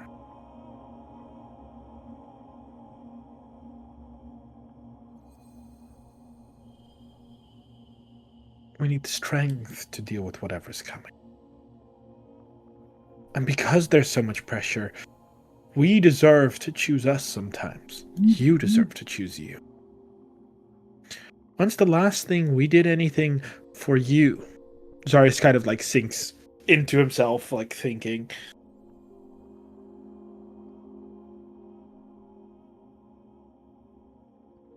Yeah, fuck if I remember.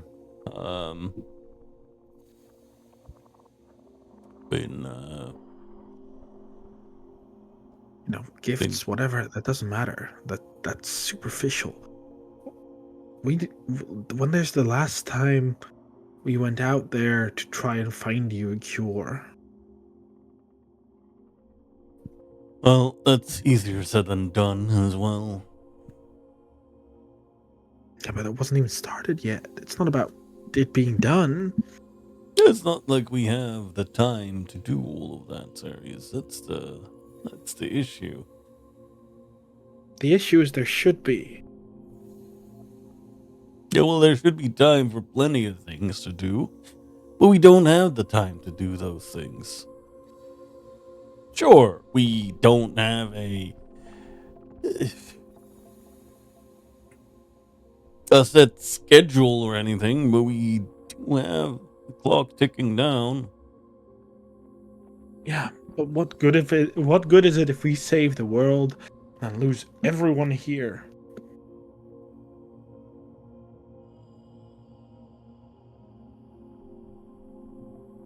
What good is it if we save the world and because of that we lose you? Well, if it's only losing me, I feel that's a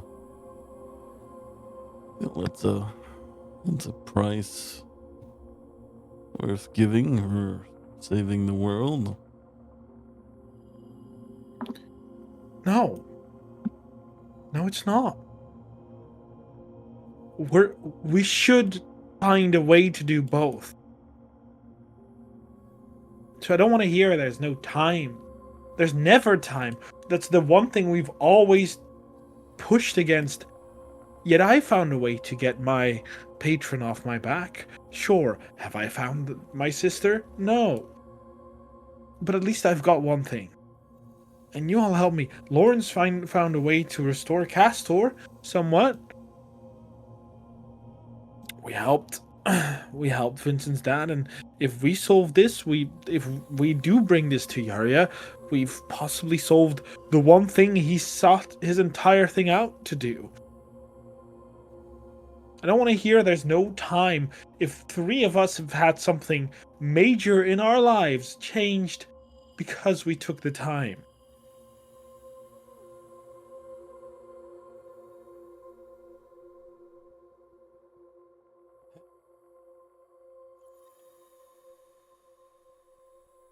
Yeah, sure, we can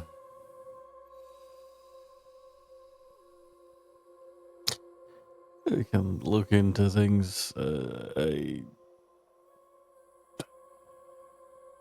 There's no real place to begin. I mean, What do you have? I have very old documents. I have what little they talked about at the Slayer compound, but I mean, those guys are even older than me, and they don't really know that much. It's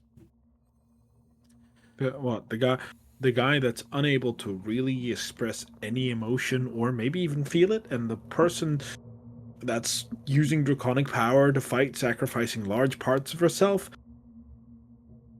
Look, they're strong. I'll give them that. yeah, but I'm telling you, they don't know that much. They know a bit more than I did, of course, but it wasn't that much more. Taking the coin out is probably going to fucking kill me. So we plan our trip when we're back. See if there's something to find here, and then when we're back, we go to the people that know the most. Directly. Yeah, sure. Maybe we find something here. If there's any lead to what we're looking for, we know exactly where to find it. Maybe not here, but back home.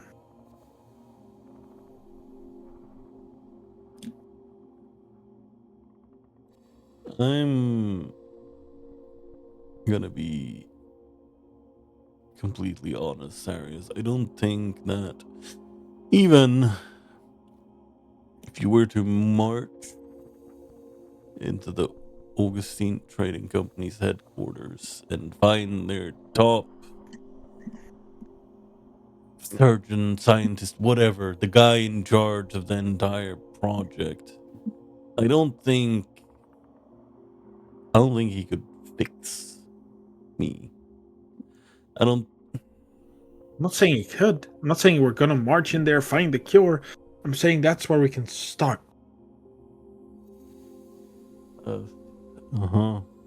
And I mean, we stole a major artifact from a noble's house. Now I imagine it's gonna be far, far harder, and I'm not saying it's not near impossible, but that doesn't mean we shouldn't try.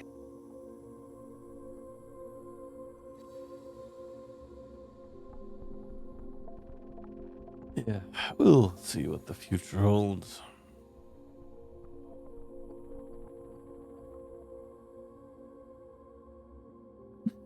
And as for you, just think over what I said about the things you might lose trying to get stronger in that way. Yeah, of course. Like I said, I never wanted it. Just going to do it.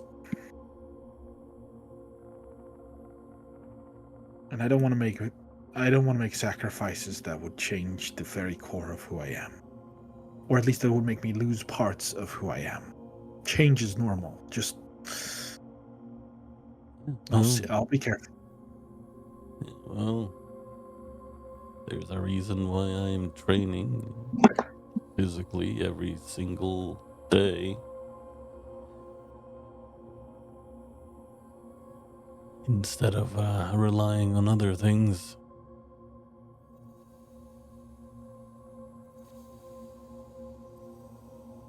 It sucks, doesn't it? Sorry, it's kind of like laughs.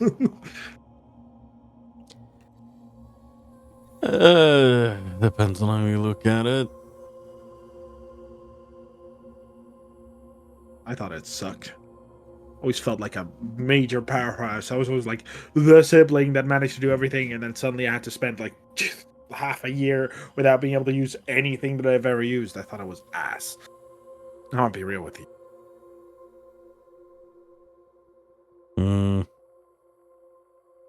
I suppose you... Yeah, I suppose you had to put in a lot more discipline. Yeah. I had to consider, am I going to stick to this that might result in people dying, or am I going to take it the easy way? And if I know anyone that is in my image, the one that that doesn't falter, it's gonna be you.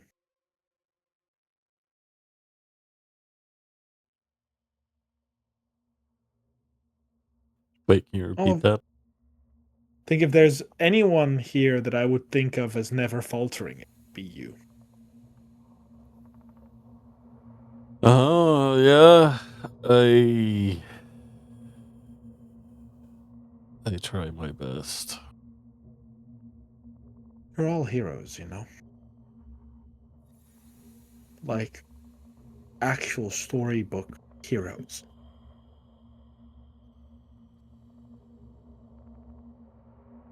Yeah, I guess you'll have to write some more songs. Yeah, I do. I'm almost done. Anyway, good night. Sleep well. I'll do my best. You as well. I'll be fine.